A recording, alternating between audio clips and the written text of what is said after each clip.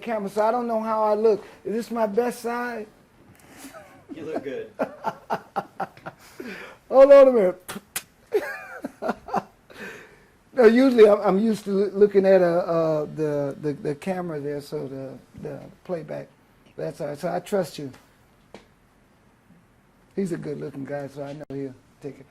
Oh, man, who is that handsome man? Mwah! Who is that guy? All right, there we go. Thank you. All right. This is Michael Gruball, under the auspices of the Oral History Department of Ball State University. I'm here today with Hazakyah Hardy-Dia, activist, writer, world traveler. Thanks for being here today, Hazakyah. Thank you. My pleasure. Now, before we get going, I want you to elaborate on all the places you've been, or at least the most important places, because you've been to a handful of countries. True. Well, I think I'll start with France. And I start with France because my brother and sister they were born there, and I was conceived there. So I traveled to America, my mother's stomach, from France. And that's important because part of the journey was a boat ride. And I love boats, and I always wondered why I'll never get seasick and this sort of thing. And I think that's part of it. She said it was one of the most peaceful times in her life being on a boat with me in her stomach. So I'm very at peace with water. I love water. And so I start with France, then, of course, the United States. And when I was young, my family traveled a lot. And every summer we would go somewhere different in the United States or to Canada. So traveling is pretty much in the blood. And then as I got older, when I joined the military, I went to Korea and traveled again throughout the States. And after the military, I went back to France. And I think my children sort of tell the story. I have a daughter born in Senegal, son born in France. I have a daughter born in Israel. And I have a son born in Cleveland, Ohio. And let's see, Russia, Japan, Portugal, England, the Caribbean. I'd have to think about it all. But just about all over Western Europe, Ghana, Senegal, Sierra Leone, Alaska. So I've been around, and just came back from Germany last year, did a tour in Germany, music tour. It was playing music. That was great. Czechoslovakia. So I've been around a few places. Okay. Mm-hmm. And you said that you started out in France, and you were born in Detroit. Right. And you were born, not Hazakyah, but Shalou? Shalou.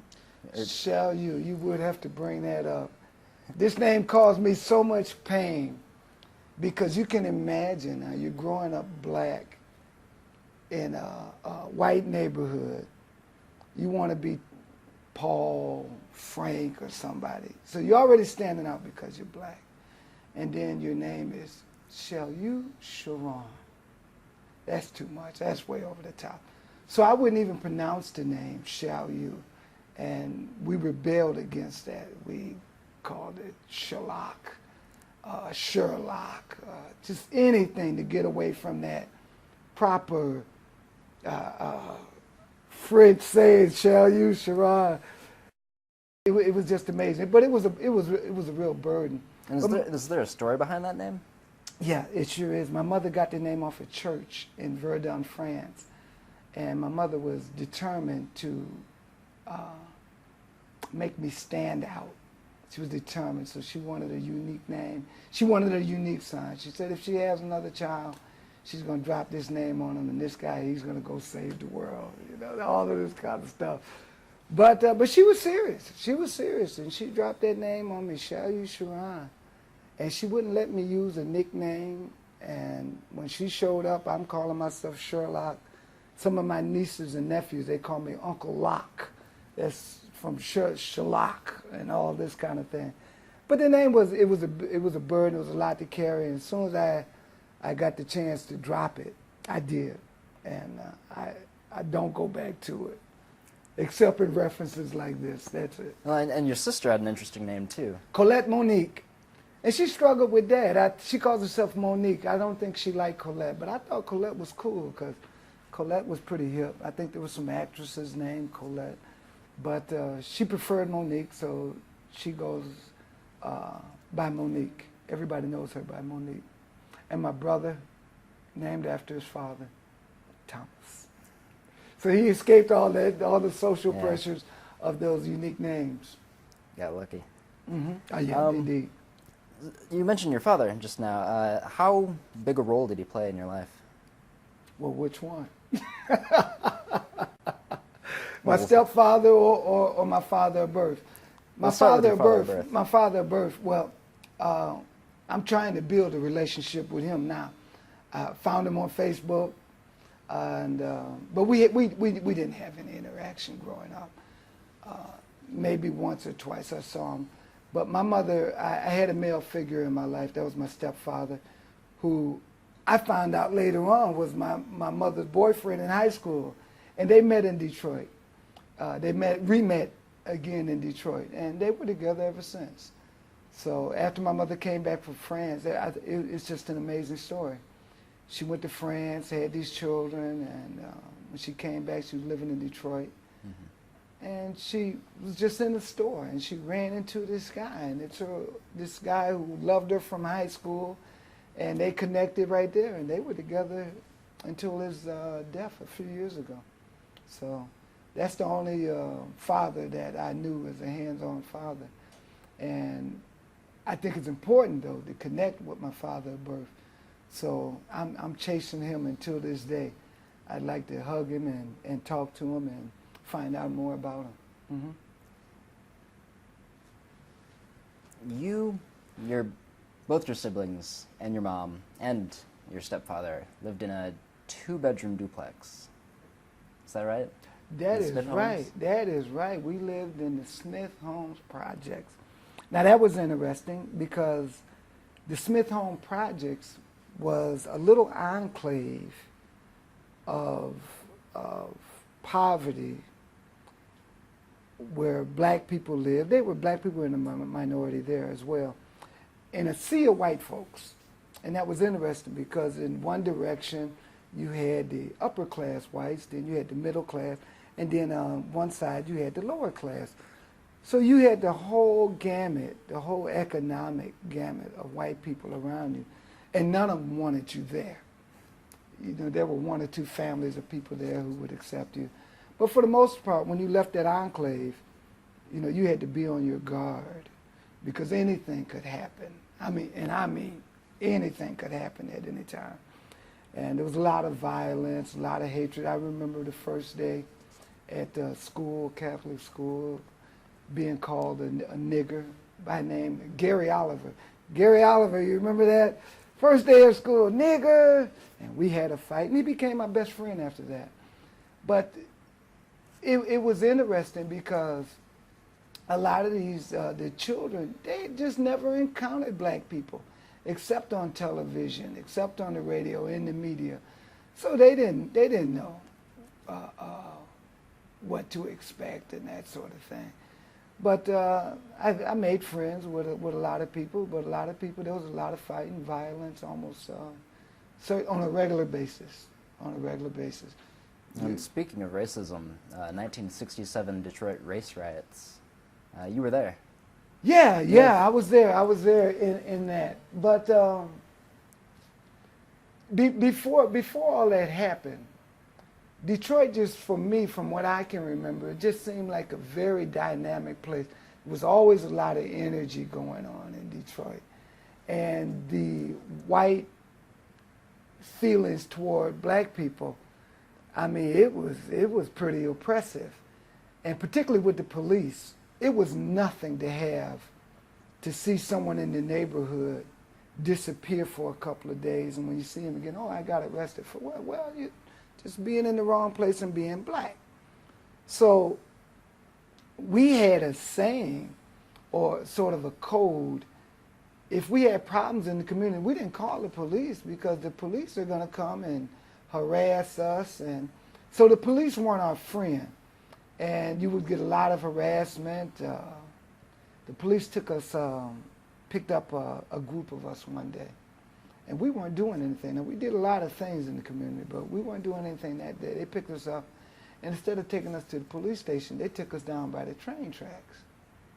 So, you know, we were streetwise. We knew this wasn't the right way to go. And it was about a moonless night. Took us down the train down by the train tracks. And they opened the car doors. There's about 4 of us stacked up, 4 or 5 of us stacked up in the back. So maybe 3 on the seat, the rest of us sitting on their laps. And they opened the doors, and they just sort of disappeared. And you could hear everybody's heartbeat because we knew what the setup was. They wanted us to run so that they could have a turkey shoot. And I mean, none of us moved. So it seemed like forever. It could have been 30 minutes, but you know, in that kind of stress, you don't really know how much time. But eventually they came back. They said, you know, you niggas think you're pretty smart. Because we knew what they wanted to do. So they took us down into the poor white neighborhood where the Fonzarella type people live. You ever watch that show, The Fonz? Mm-hmm. We call those the G-balls. They took us down there, let us out down there in the middle of the night. And they said, if we catch you out here on the street, we're going to arrest you. But they took us out there in the neighborhood to get beat up. So we were running through the neighborhood trying to get home. I mean, just some crazy stuff. But this was the police. So the further you got downtown, the more oppressive the police were. And it wasn't so much a race riot that black folks were against the white folks. The black people were just tired of this official harassment, the unemployment issues, the pay issues, the official harassment. It was just too much.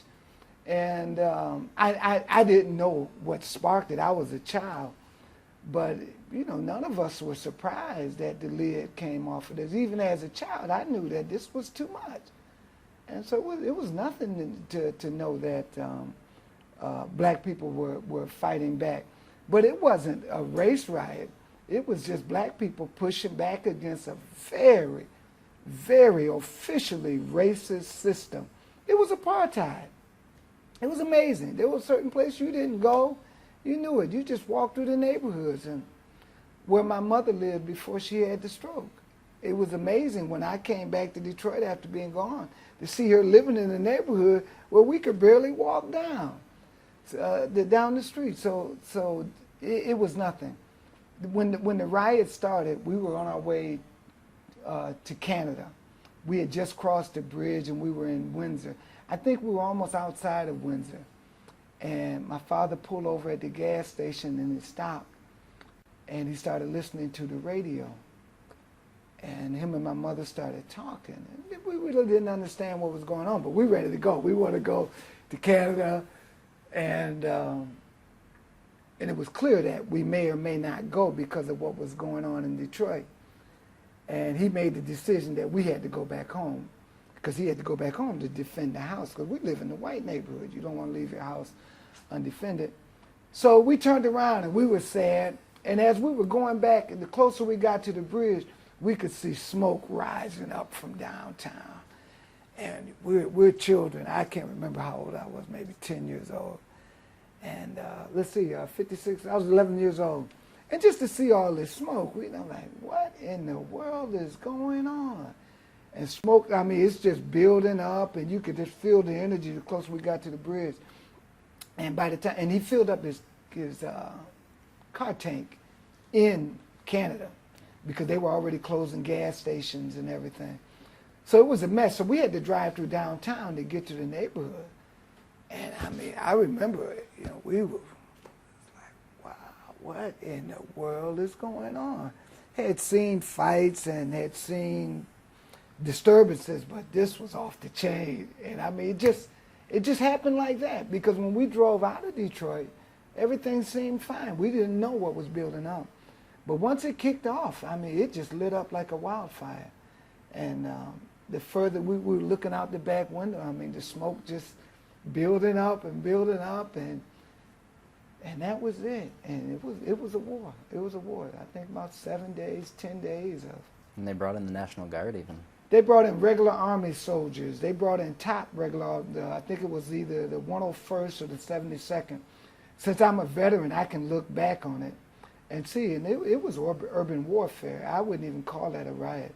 When you bring in some first-class regular Army soldiers, and one of the staging areas was right in our neighborhood because we were behind the lines, and there was a park, Stopel Park, in our neighborhood.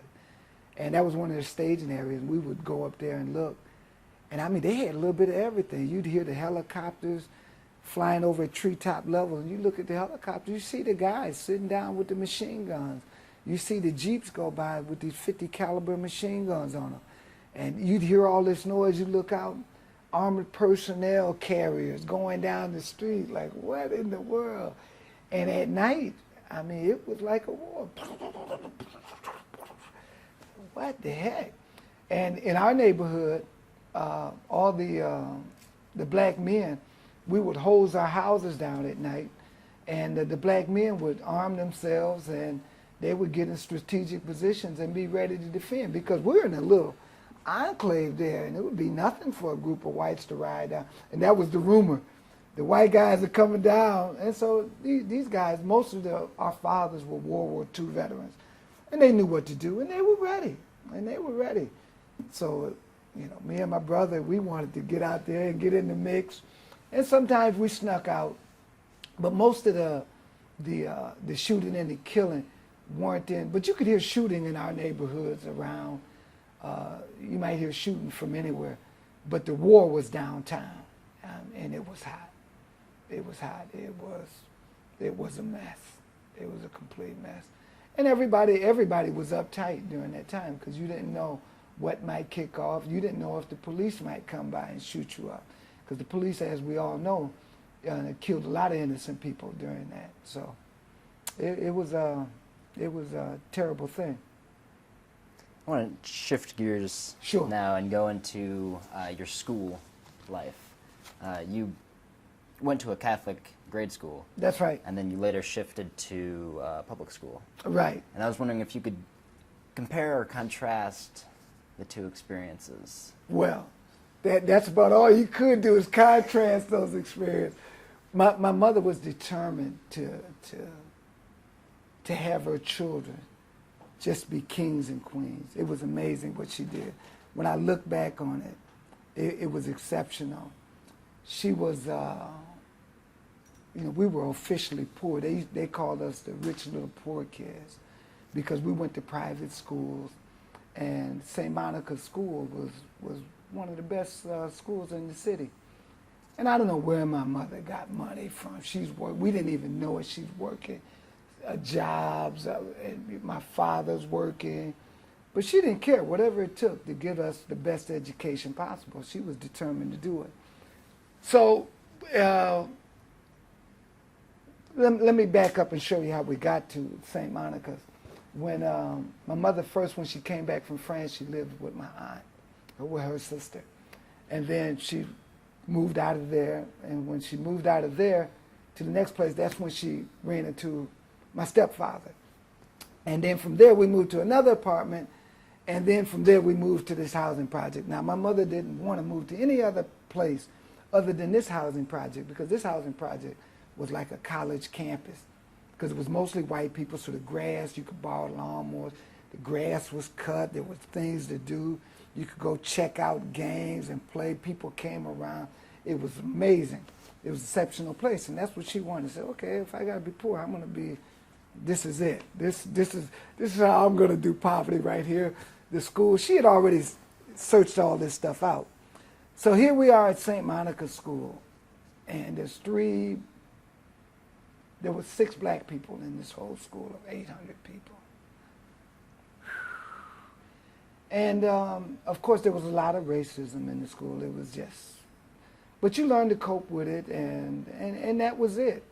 And my mother determined that we would shine. We were always on time. Every year we got awards for never being late. We got awards for perfect attendance. We got awards for this. We got awards for that. Always neat and clean, buttoned down. And you had to perform for my mother. My mother was determined you were going to perform.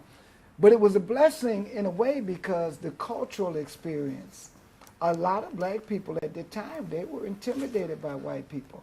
You go into the office and you have to be interviewed by a white person, and you know, a black person couldn't look them up in the eye and that sort of thing. But we grew up in this white environment, and my mother didn't believe it. She didn't allow us to be bold or to be cowed by any type of oppression. She taught us to be absolutely respectful, obey my rules, get your education, and I got you covered. And she did. And I remember we went to a movie. There were 2 theaters in our neighborhood. One was the Irving, one was the Northwest. The Irving was in the poor neighborhood. Black people could go there. But you'd have to go in a group because you're down there in the poor neighborhood. And in the Northwest, you didn't even go. Yeah, no signs or nothing, but it was just understood. So one day there's a class trip, and it was to the Northwest Theater. You know, we told my mother, we're going to, you know, we can't. My mother said, you go to school, and you go. I think it was to see Mary Poppins, or The Sound of Music. And I don't know about my brother and sister. I'm sure they were uptight too, because we know we're not allowed in here. And, you know, wow. And all of a sudden, the closer we get up to the line and going, now this is a school trip. And somebody comes out and they're negotiating with these teachers. These children aren't going to be allowed up in here. And we're getting uptight. We don't know what to do. And who shows up? There's my mother. My mother always showed up on time. She showed up. Next thing we know, we were sitting in the theater enjoying the movie. And then she disappeared again. But every time there was a crisis that was beyond us, my mother would magically show up and solve that business on the spot. And she had just the most amazing respect. And I think knowing that she was our guardian angel, that's what made it doable. And of course, being able to fight too. You know, that was helpful. But I mean, it was the fighting your peers. Me and my brother, we more or less took care of that. But fighting the system, it was my mother who took care of that. And I mean, it was amazing. She had if she didn't have your respect, you certainly, she had your fear. You didn't violate her. And you didn't disrespect her children. So that was for 8 years. My brother graduated. My sister was the oldest, and she went on to high school, Catholic high school. My brother did 1 year Catholic high school. My sister did 2 years. And I ended up not having to do any. My brother was fed up. He went to a white high school. He did 1 year of that. Like, that's enough. That's it. I can't take any more. You know, fighting every class, every step by step. So when I went to the 9th grade, I went straight to the public school. And, whoa, you go from maximum discipline, maximum order, maximum academics to basically free-for-all.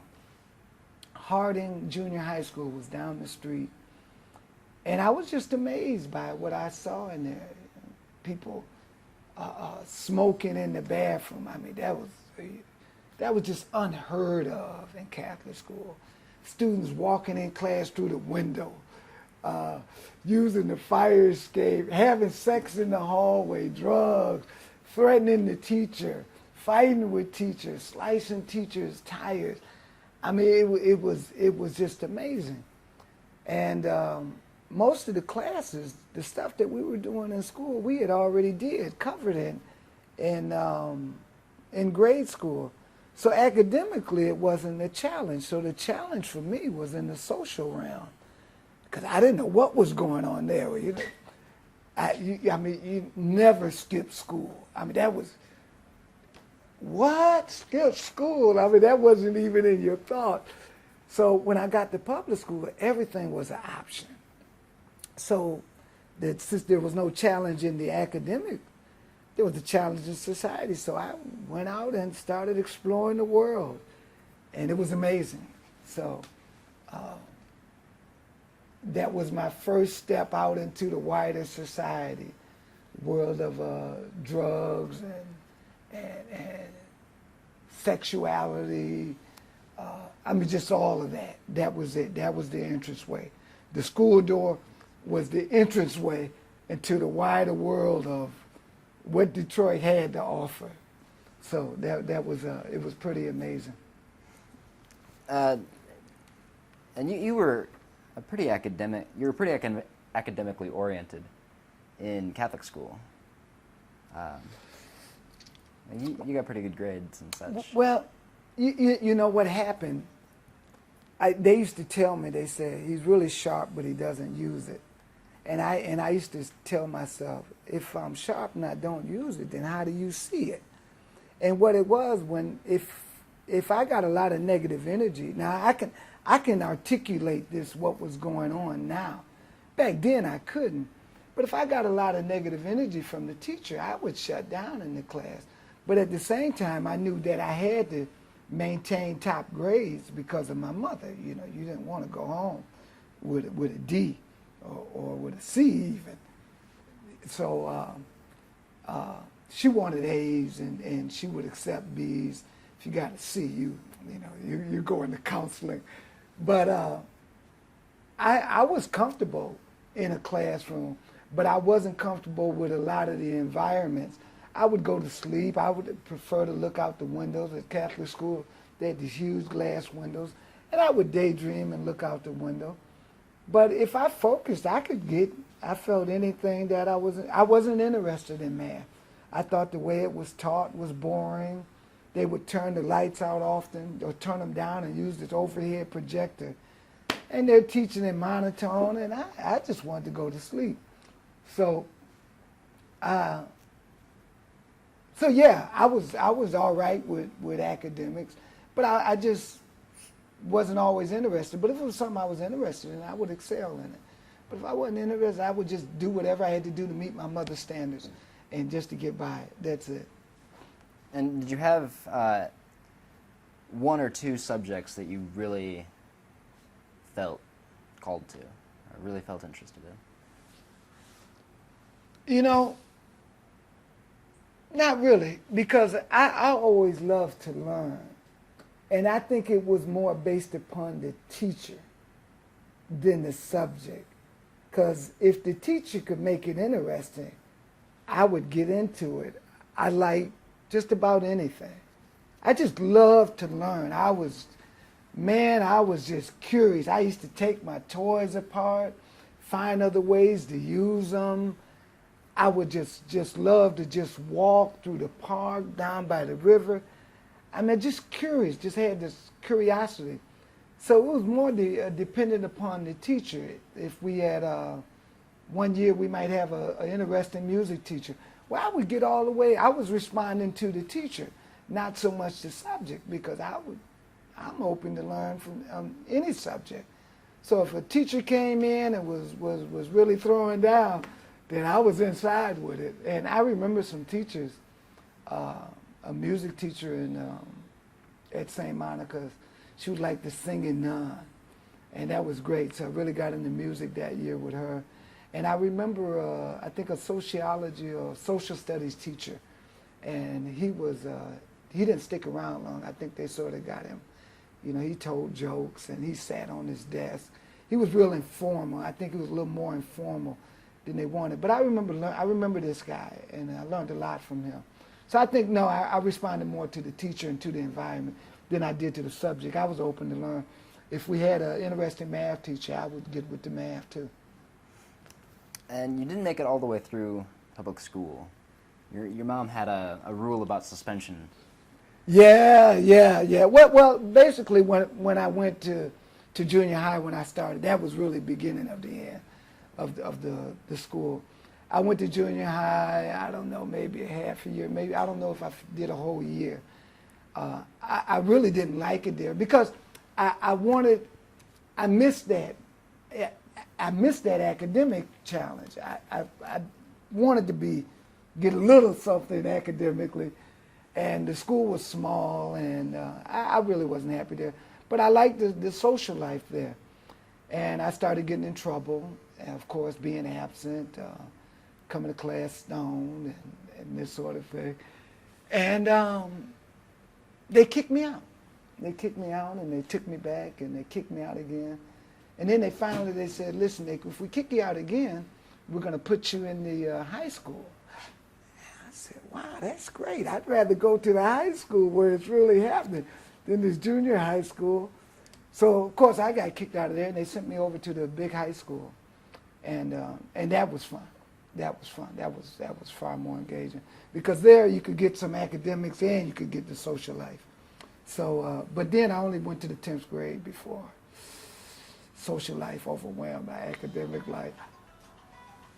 Oh my goodness, can you believe that? Can you believe that? But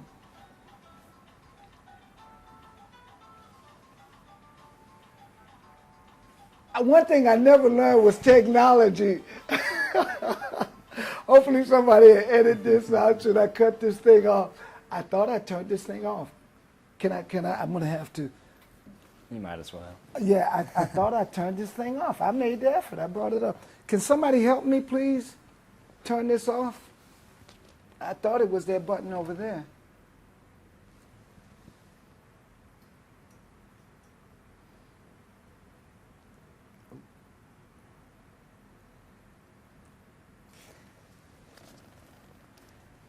What the heck?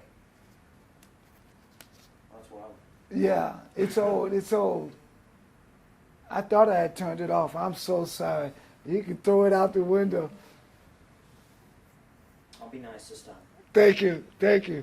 But I really don't mind. Anybody knows me, I'd be like, throw that sucker out the window. I rarely answer it. I rarely answer it. Usually you just kind of hold the end button, but Doesn't really work. seem to be You just silence it. What about that button on the side? That's the one that I pushed, and it looked like it registered off. Yeah, it even made that sound too. You're right. That's what it did for me. I don't know. That's weird. Okay, yeah, you can keep that over Let's see there. if we can edit that out. Okay, all right. So where were we? Oh, I think we were talking about when you got suspended. Okay.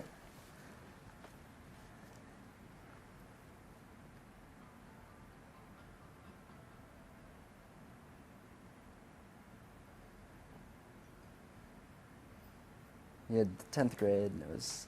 Sucker turned itself back on. That's I don't know. Can we bury it or something, or put it in a locker in the hallway, or something?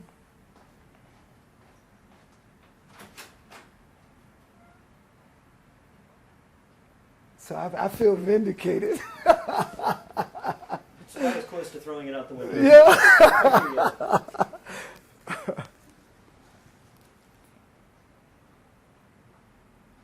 How we doing so far? Good. Good. No one's gonna touch it out there. It's sitting on the bench. I mean, it's toasty. And you let us know if you get uncomfortable. We'll take a break and Okay. let you Okay. get some air. Okay. Because I know it's kind of roasting in here with the lights and everything. Yeah, but I'm all right. I'm all right. Okay. You can give me the cue when we can go. Yeah, you. All right. As soon as you're ready. So anyway, yeah, I made it to the 10th grade, and I was doing good in jewelry making.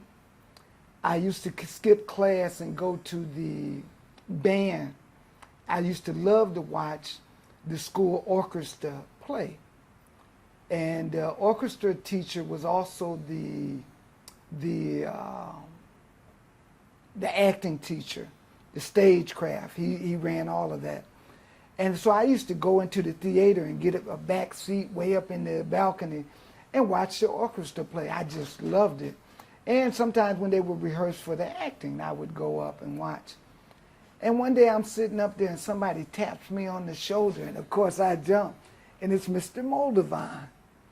And he had been observing me coming and watching. And I'd said, oh, this is it, I'm going to the principal. And instead of the principal, he invited me to come down and participate. And I thought that was interesting. So he just let me choose. I can't remember the details, but he invited me to come on down and participate. And that's how I got into acting in high school. And I became the first black actor at the high school, Redford High School. And that was pretty interesting. And I also worked behind the stage, stagecraft. So I was doing well in that sort of stuff. Jewelry class and woodworking. Those were my favorites. And everything else, I had sort of written it off. I was tired of sitting in the classroom. I couldn't focus. It was more fun outside than it was inside the classroom. So one day I got a call to come to my counselor's office. And she said, "We're sending you home." What? What do you mean you're sending me home? You know, I got an A in woodworking, I got an A in acting, I got an A in jewelry class.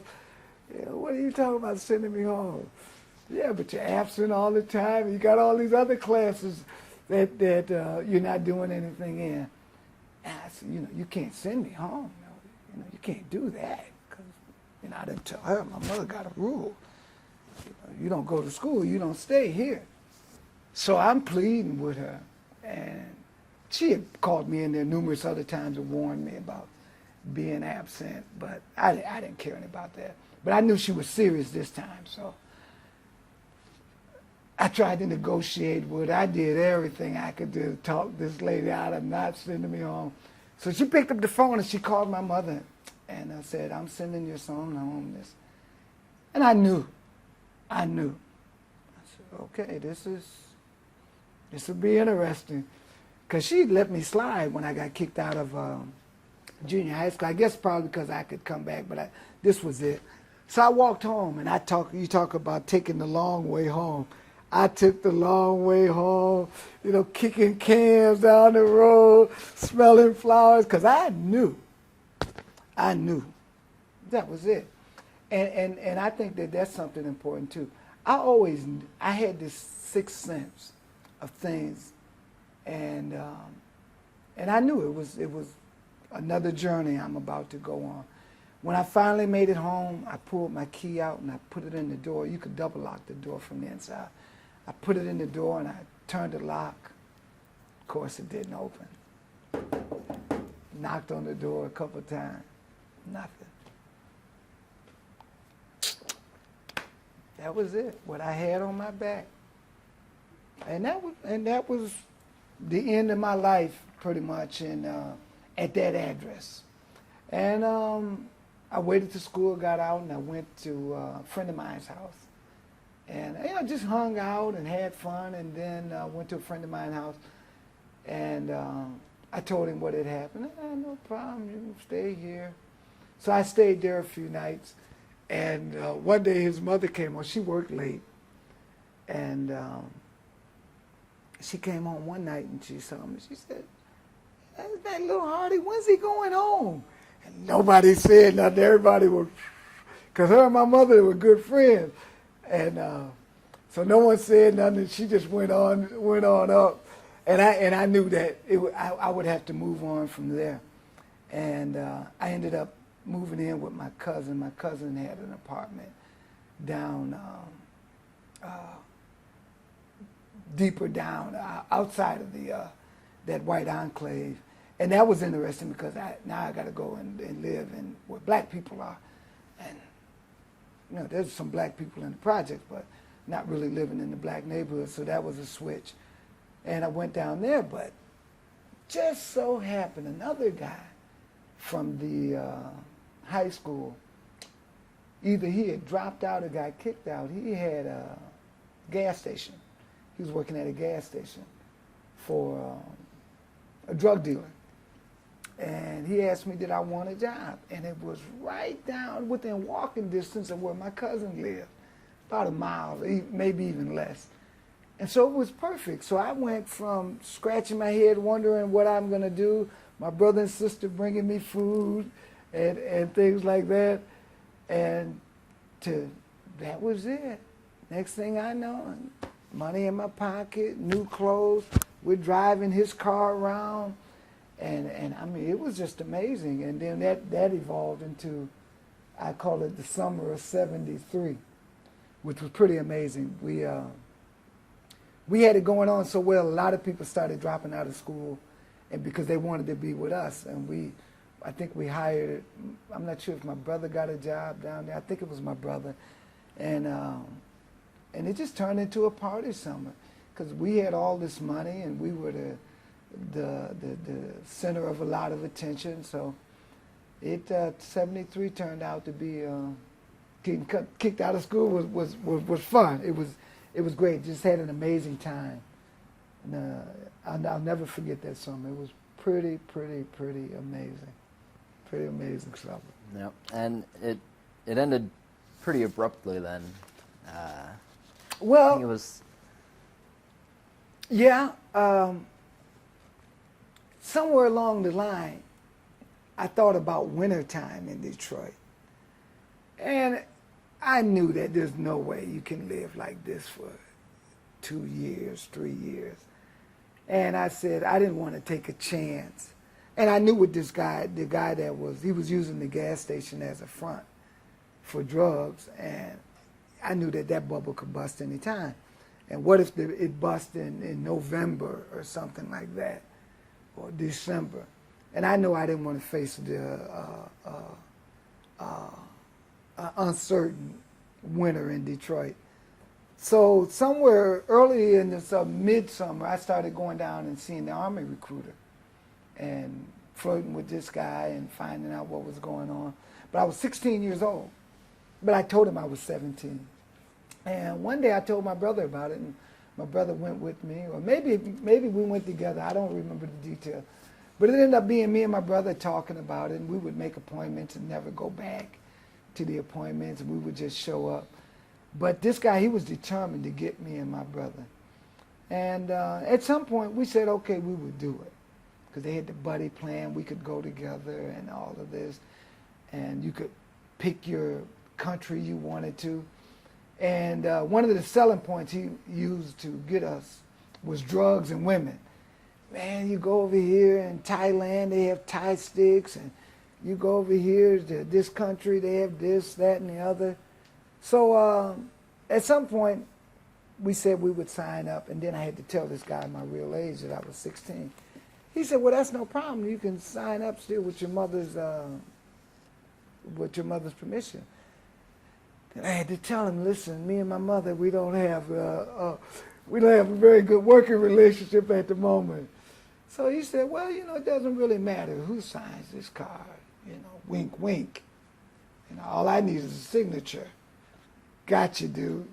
So he went out on a smoke break, and I signed my mother's signature, and there I was, 16 years old, signed up for the Army, and I was supposed to go in. We were going to go in on September the 7th, 1973, and the Vietnam War was pretty much wound down.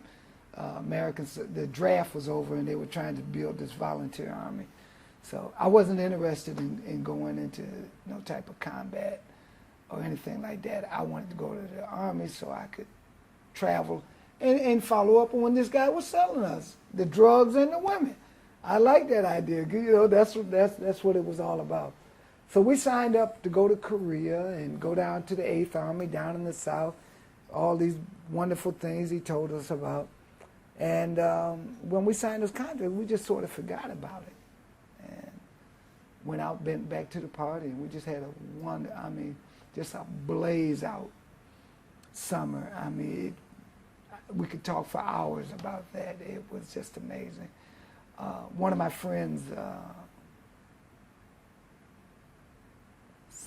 one of his family members had a daughter or something that was shot by the police, and the trauma of living in the house was too much for them. So they went on vacation, and they left the house with him.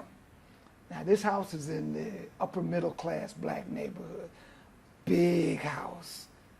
And they left it with him, and he invited us over, and that was it. So we had the gas station job, we had the car from the gas station, and we had the guns from the gas station, and we got the house over here, money in our pocket, the script was set, we got a plan for the winter, not a worry in the world. Put out the sign, 24-hour party, open for business. And that was it. And it was a party, party, party, rock concerts. Detroit was Motown. Detroit was the rock capital of the world.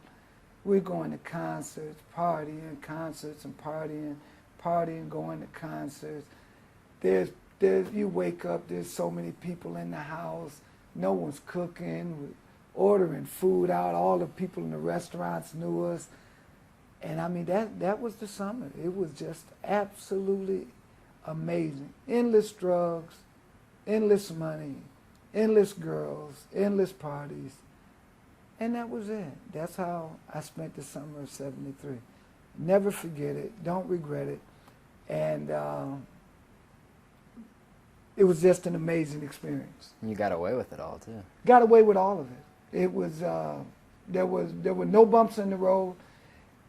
I think maybe because the police had shot the girl, they had sort of messed up over there with that house, that everybody sort of gave us the green light. I don't think the police ever came, and if they did, they came and partied with us. I think everybody, the cab drivers used to come in, the delivery guys, they used to get off of work and come back and party with us, and they would bring more food. It was amazing. But I mean, I think it was every 16-year-old dream to have. I mean, just totally underwritten. Got a bailout plan if the bubble busts. You go into the Army. Of course, when September 7th came around, we weren't ready to go to the Army. So that didn't happen.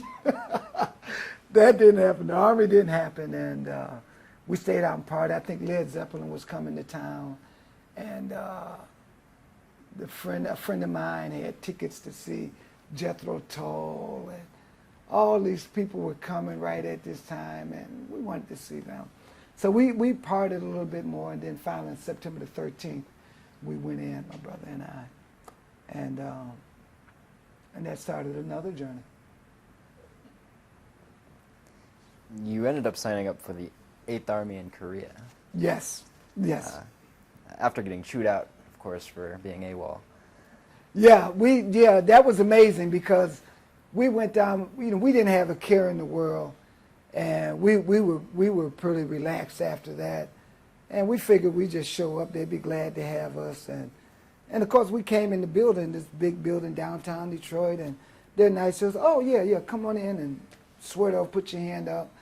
And we took the oath, and then they said, "Excuse me, can you two guys come on over here?" They took us, me and my brother, in the back room, and welcome to the Army. Man, I had never been cussed out like that before in my life. Wow. So it was good, though, because that prepared us for what was coming next. And we were late. They told us we were AWOL. They got us in line quick, fast, in a hurry. And they shuffled us out and got us to the airport and got us on a plane and got us down to Fort Benning. And everything was just happening just like that. And next thing I know, I'm in Kentucky, coming out of the airport on a bus heading to Fort Knox. We arrived at Fort Knox about, 3 in the morning. I didn't have a seat. I had to stand up all the way. Long ride. And when you get off the bus, man, oh man, it's welcome to the Army all over again. They have the little feet where because they know you don't know what to do. They have these little feet, and all you hear is cuss words. You know, every other word might be a non-cuss word. And they get everybody. You got these people from all over, and they're turning you into soldiers starting right now. And it was a whirlwind. It was amazing. But the Army wasn't so bad because they didn't have corporal punishment like I did at home. So, you know, I knew they weren't good. It wasn't. They didn't have the same violence like that. So, it was the discipline really wasn't so harsh. So I had a lot of fun, and we went through basic training and Redstone Arsenal for advanced individual training, ammunition storage. So you had to learn all about the Army's bombs and bullets, what they could do, how you store them, every type of bullet and missile that the Army had to use, you had to know it backwards and forward, how to use it. So we would take stuff out. You could blow this up, blow that up. This thing could fire. They let you see it be fired and all of that. So we were always working around bombs and bullets and that sort of thing. And I got delayed. My brother went ahead on over to Korea first. And he's sending pictures back, and there's the girls, just like the guy said. And in the letters, he's telling me about the other stuff. So it's like, all right, it's on. So he's down there partying. I can't wait to get there. I'm about 30 days behind him. And next thing I know, I'm on the plane from Detroit to California. Man, I'm just excited. California to Washington State to Alaska, Alaska to Japan, Japan to Korea. We get off and we're there. Oh, man, my brother's already got the setup. He knows I'm coming because I had signed a contract. I got the 8th Army patch on my arm, and we go to the inductee station, not the inductee station, but where you go and get your assignments. And we stay there a couple of nights, and finally it's your time to get your assignment. And everybody's talking about where they want to go, and I'm all right because I know where I'm going because I already signed the contract. I'm on the buddy program with my brother. I got my patch right there. I'm good to go. And nobody really wanted to go to the 2nd Infantry Division. That's up on the DMZ. They weren't partying up there. They were soldiering up there. The most militarized piece of landscape on the planet. And they start calling names out for the 8th Army, and they called everybody out, and no one called me. So I'm cool. They started calling names out for the 2nd Infantry Division. Now, I heard them call Hardy, but I didn't put my name up because there must be another Hardy. I'm not going to the 2nd Infantry Division. I didn't sign up, for that. I'm not dealing with landmines and all of that kind of stuff up there. I didn't want no part of that. And finally, I'm the last person sitting in the room, and, come here, soldier, what's your name? Private Hardy. Well, damn it, we already called you. Get your ass on that truck over there. Yeah, but I got to get. And I'm pleading that. Don't send me there. Don't send me there. And next thing I know, I got this 8th Army patch, and I'm heading up north to the DMZ. And I'm like, wow. And the closer the further you got from Seoul and the closer you got to the DMZ, you started realizing that, this was some serious military stuff going on. You see all the sandbags, and you see the machine gun emplacements. You'll see a tank camouflage, tank traps here, checkpoints there, and I was like, what the heck, man? I don't want to be that kind of soldier. I didn't want to do all this. Man, we get up to our base, and it's just a beehive of military stuff, the dust and trucks. It was springtime, March, and the rains had ended. And I mean, dude, everybody's moving with urgency. It's like, wow, man, this is the Army, man. So I was fortunate, though. I got assigned to headquarters and headquarters company, which is not any type of combat outfit. We were the managers of the division. And so all the officers were there. It was the central headquarters place, the headquarters and headquarters company. And so we had 24-hour passes all the time. And so we had a lot more privileges than everybody else. And I was assigned to the ammunition section. And initially, we would travel out to all these units, and we would go and inspect their ammunition, spend the night here, spend the night there, and you could drive in. So it was fun. So you got a chance to see everything. Plus, every time there was an alert and things got stressful, our job was to load the truck up, put the safe in, grab our guns, and we would head south, because we would head south to the main ammo dump so that we would move our operation there. And everybody else would move forward or And I started messing up early when I was there the first 30 days, and finally my company commander called me and he said, listen, do you realize you're the youngest American soldier in Korea? I was just a baby. I was, what, 6 months, 5 months into my 17th birthday. And he said, you have a brother here. He had read my file. He said, so we can actually get rid of you and send you back. He said, do you want to be here? And I thought about it. And I said, you know what? I'm having fun now. And he said, you got a soldier if you want to be up here. And I said, you know what? I think I can do that. I told him, yeah, I want to stay and do that. So I shifted gears, and I turned into a soldier. And I went up in the ranks, just got specialist 4, and I became a 2nd Infantry Division soldier. I mean, and it was an amazing place. I finished high school there, and the program was sponsored by St. Louis High School in Honolulu. And I finished that, and they got my high school diploma. So it says from St. Louis High School, Honolulu, Hawaii. You take classes there. And the division was really amazing because they brought us entertainment. We had everything we wanted. He really took care of his soldiers. And he had a saying, the general, our commanding general, great manager of people. If you came in with a college degree, then a bachelor's degree, you go for your master's.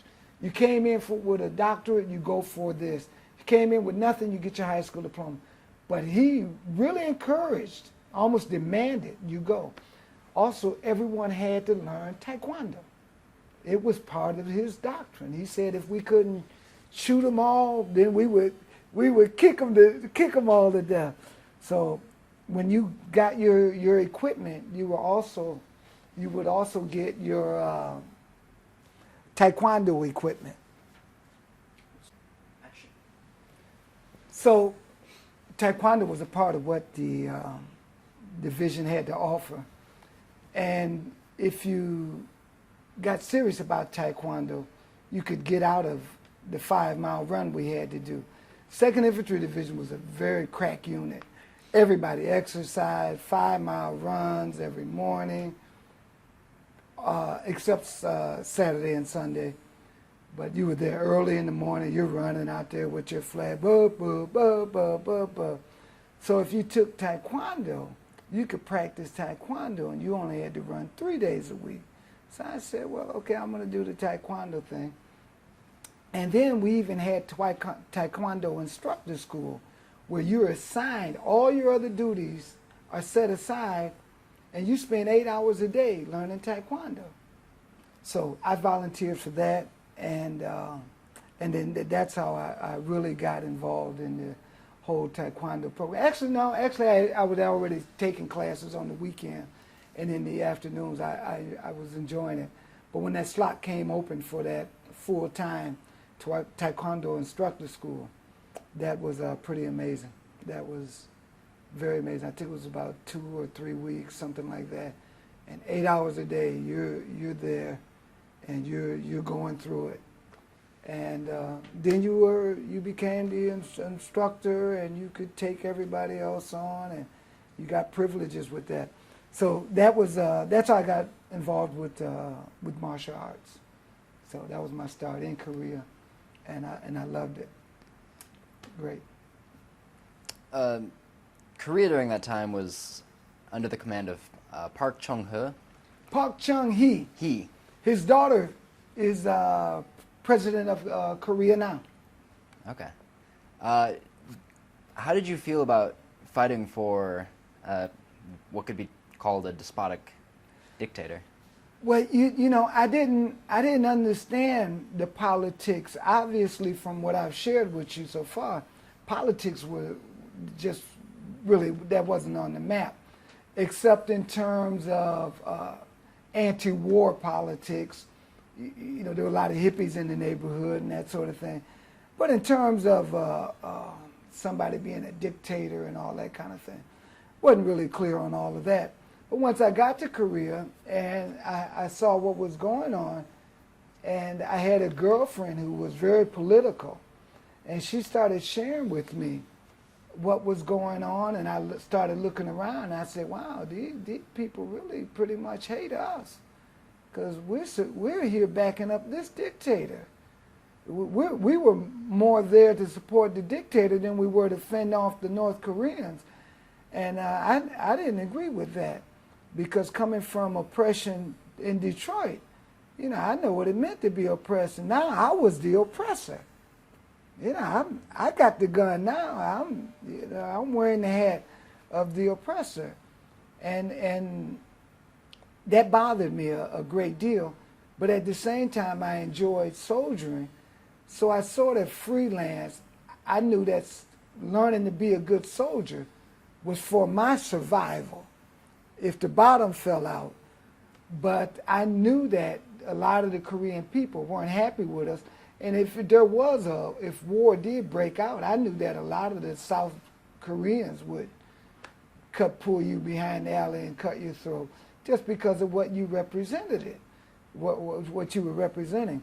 So I started learning more about politics and that sort of thing. And I would say that's where I really got my deeper political lesson. That was my start. And the hypocrisies of government. Here we are, a democratic country. We're supposed to be supporting democracy and freedom. And these people were anything but free. The American army was managing the prostitution. The girls, the prostitution ring was managed by the American military. They made sure the girls had cars. They got checked out. If you had this, you could come on the base. These couldn't come on the base. That made sure we had soldiers.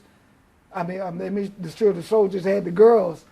And, you know, you just looked at all this hypocrisy that was going on, and that was a wake-up call. So, no, I wasn't happy with that part of it at all.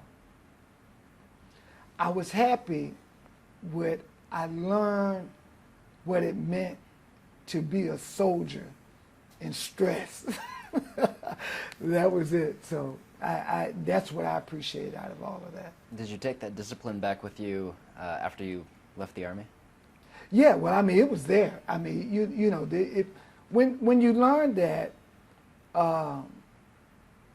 you know, we knew that we could lose our lives at any time. 74, 75, there was a lot of interaction between North and South. This is when we were discovering all these tunnels. And I remember one day we woke up and we got the report that some soldiers they went down into one of the tunnels. So they were booby trapping the tunnels. So it was a lot going on. There was the North was making a major effort to infiltrate the South. So we were on alert all the time, and you know, it was heartbeat city. So that discipline, when you learn it under those kind of extremes, it stays with you. It stays with you. So I have that soldier in me. That 2nd Infantry Division soldier, he's very much alive in me. Absolutely. All right, and then after you got out of the Army, you went to Fort Valley State in Georgia? Fort Valley State College, right. Well, I have to add this part. After I left Korea, I went to Fort Benning. And Fort Benning was the opposite of the 2nd Infantry Division, the unit I was with at Fort Benning. It was the total opposite of the 2nd Infantry Division. There was no discipline. Once again, it was like going from the Catholic school to the public school. The same thing with the same result. There was no soldiering to do, so I went, I think within the first 3 or 4 months I was there, they made me acting sergeant of the guard, soldiers committing suicide, soldiers jumping off a truck so they don't have to go to work. And our job was to guard the ammo dump. And the ammo dump is way out in the boondocks. So when you're on duty, you load up a bunch of guns and guys, and you go way out in these boondocks with these guns and these crazy guys. And so we're out there, and we got all this ammo, all these guns, and so guys would go hunting, killing deer.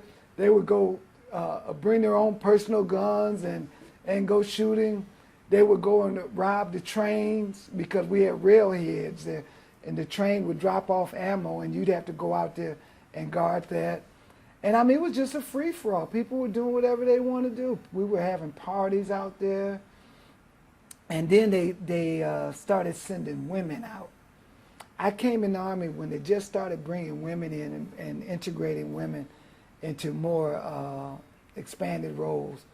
So we had women guards coming out. We had to teach them how to shoot the 12-gauge shotgun. And then they had what they called this ready response team. So you had your regular guards, and then these other guards that would come out, and they would just have a whole hut, one size women, I think, and one size guys, and that was just a party house. And so the guns was just to protect ourselves from the MPs when the MPs came to disturb our party. And we would just party out there. We would just party. Everybody knew we would go out there. Our friends would take the back roads out, along Fort Benning, and come out. And so it was just it was the same thing with the same effect. I left the super discipline, went to the no discipline, and this is still in Korea, right? In Korea, but Fort Benning is where there was no discipline. Right. There was no discipline. I mean, we were living in old barracks. There were guys with guns under their pillows. Sergeant would come in to wake us up, and guys would pull a gun on the sergeant and threaten his life. There were shootouts in the parking lot across. We were right across the street from the nightclub. I mean, it was just a mess. And with Vietnam in the state of collapse, morale in the Army was just at an all-time low. And we even had a place at Fort Benning. There was a wall we called the pissing wall, and it said "Victory in Vietnam." And you got all these guys that gave their lives and limbs, and we're watching Vietnam just collapse. It's like, so what was all that about? And so the Army just went all to hell, discipline all to hell. I think the only real unit that was pretty much, that was military ready were the Special Forces, the Rangers, and the MPs. And everybody else was pretty much in disarray. And I would say our unit was the F Troop of Fort Benning. So that was a mess. So I went from acting sergeant to about E1. I think my last 2 months in the Army, I just quit. I couldn't take anymore. I wouldn't even get up out of my bed except to do what I wanted to do. Wouldn't come to formation, so they kept taking rank from me. Then they finally put me in correctional custody facility. I didn't care what they did to me. I just couldn't take any more of the hypocrisy, the whatever it brought. You just got 2 more months. It could have been 2 more days. I had just ran out. That was it for me. So I basically quit the Army while I was still in there, and I think I got out as a private E1. But when I got out of the Army, when I was getting out, they wouldn't let me out. They found out I had hearing trouble. And I ended up having to stay in the Army, I think an extra 3 months. Had to go up to Walter Reed, learn how to read lips and get a signed hearing aid. And they classified me. I'm a disabled veteran. Disabled veteran. My ears destroyed. All the bombs and the stuff that we used all the time, they took their toll on me. Plus, they said my ears were already bad before I came in. And that was from the rock and roll. All the concerts. But they said that I should have never been let in the Army because everybody's ears are destroyed when you get out of the Army. But mine were bad enough that I should have never got in. And they took me, aggravated the problem. So I'm a disabled veteran now, but I don't wear hearing aids. I don't use any of that. But I use a lot of things to communicate, but my ears are impaired. And I'm glad I don't use the hearing aids because I have to use a lot. I don't take communication for granted. I have to look at you when I talk.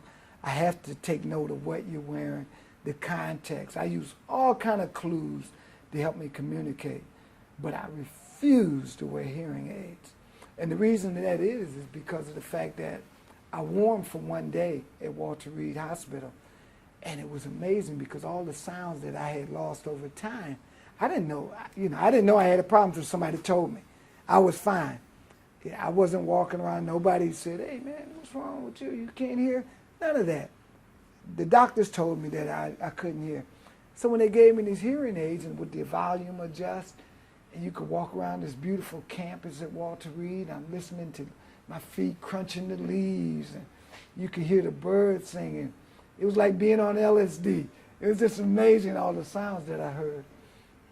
And then that night, I went to the dormitory, and I took them off, put them in the case, and I'm ready to go to bed. And right when I look up, and I'm looking around the dormitory, and I see people playing cards, I see mouths moving, and I don't hear a thing. Because every sound that I had lost over time now, I'm losing it in one moment. So it was boom.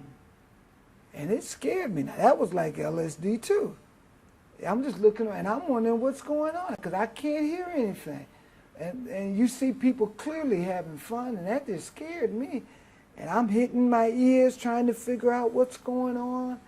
I can't hear anything. And I'm looking at my bunk mates and everything. And I crawled up in the bed, and I said, wow, what in the world was that?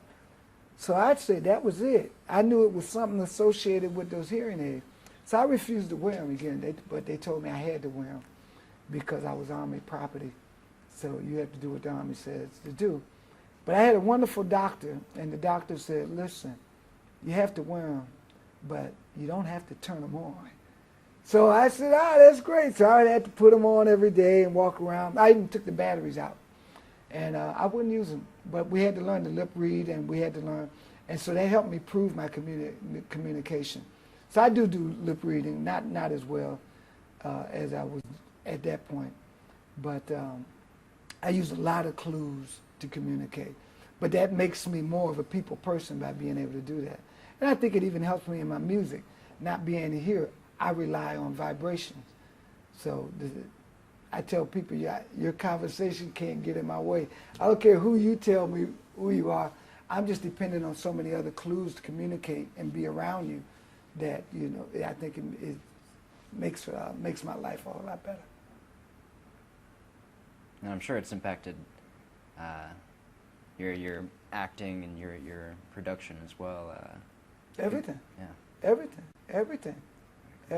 And now that I know that my ears are messed up, but I know if I don't tell anyone, no one would know. But if you stand behind me and I don't necessarily know that you're there and you call me, I can miss you. But anything within my sight, I can pick up. I can communicate very competently. All right. Well, let's go to Fort Valley State College. Fort Valley State College. Now, why did you decide to go there of all places? My brother was already there. I'm following my brother. That's my big brother. I had the perfect big brother. My brother was my hero. He was an amazing guy. He was, like I said, he was my hero. I didn't interact much with my stepfather. My brother, he was there. And he played sports. He could box. He could fight. He could play basketball. He was on the high school basketball team. And he loved his little brother, and he always looked out for me. So for me, he was the perfect brother, and I would follow him anywhere. So he got out because we got separated at some point in the military. So he ended up getting out before me, and he ended up at Fort Valley State. So when I got out, I'm going there. And he told me, the water's fine, buddy. Come on down and jump in. So I signed up and went down, used the GI Bill, and went down to Fort Valley State College, and my brother was entrenched. He was a fraternity guy. He was writing a column for the newspaper, and I just came on and then and got right on in. You were also active in ROTC, teaching the Taekwondo that you learned. Yeah. I needed a job, and I saw that the ROTC department was looking for someone to teach martial arts training to the ROTC people. So I put my sports clothes on. I told them I'll take the job, and they said, they were interviewing. I said, let's just go to the gym. So I took them out in the gym and showed them all these wonderful things that I could do. And they gave me the job. So I was the ROTC self-defense teacher while I was there. Did you get to talk to a lot of the recruits? Well, What's your everybody experiences? that came to the ROTC department, that was one of their classes. I think it was pretty much required, the self-defense part, because if you're a soldier, you need that self-defense. And so I enjoyed that. That was fun. All right, and then you were also, you mentioned the newspaper. What was your major at Fort Valley? I don't know if I had party. Okay. I don't know if gosh, that's a good question. You had to have a major? I don't know. I really don't know. I'd have to think about it. But I was doing a lot of acting. I know I was in the acting club, and we had a wonderful acting club. We won awards. We traveled around the States, and we were doing a lot of great things with the acting. The newspaper, my brother and I had a column called the Unimport Funk column. I don't know where he got that name from, but my brother, he was a great writer, still is, and I would say I get a lot of my writing skills from him. And it was political satire. And I was taking other classes and teaching and having fun, basically partying all the time. But getting grades, doing my grades, getting my stuff done. I think I was on the honor roll once or twice. And staying pretty involved, sounds. Yeah, I was involved. I mean, I wanted to be there. And I knew that academics was a part of that, so no one was forcing me to be there. So, and I could choose the classes that I wanted. I had a problem in history class because I was a veteran and there was mostly young people there, and let's get to the meat. I would argue with the teacher, but in the end, I think the teacher and I had a good exchange and all of that. But I enjoyed it there. I enjoyed it there. All right, and then you had there was an incident with your friend when you guys were out preparing for Greek life. This is actually I joined one fraternity I was in was the veterans fraternity, and the veterans, we had a saying. I think it was something. Alpha Sigma Mu was the veterans fraternity. And we had a saying, nobody partied harder than us, but we had the highest, as a group, as a collective, we had the highest grade point average at the school. So we did a lot of partying. So I decided I wanted to join one of the Greek fraternities. And I won't mention the name of the fraternity. I don't want to disgrace the fraternity. But we decided, me and my friend decided that we were going to join this fraternity. And of course, hazing was against school rules, but hazing happened. You expected that. And so we started going through the rituals of applying, or whatever you call getting into fraternity. And one day we had a meeting that was supposed to start at 8 in the morning on a weekend. Maybe I think it was a Saturday. And we decided that we were going to go at 8 o'clock at night. Because one of the things that they taught you is that whatever you do, if you guys did it as a group, that would make you look better. So all the pledge, it was 3 of us, we said instead of going in, we're going to go together at 8 o'clock. So we said, well, what are we going to do between 8 in the morning and 8 at night? Let's go get high. So we started getting high. I mean, we were doing a little bit of everything. We were drinking, smoking dope, and I think we were doing some type of synthetic drug. I don't remember what, but we just spent the whole day getting high and getting stoned, and then Saturday night comes party time. And by nighttime, I know I was a wreck, but as a veteran, I knew what being a wreck was. Really been there, knew that address, what it meant to be out of your mind and out of control, and we were pretty much that.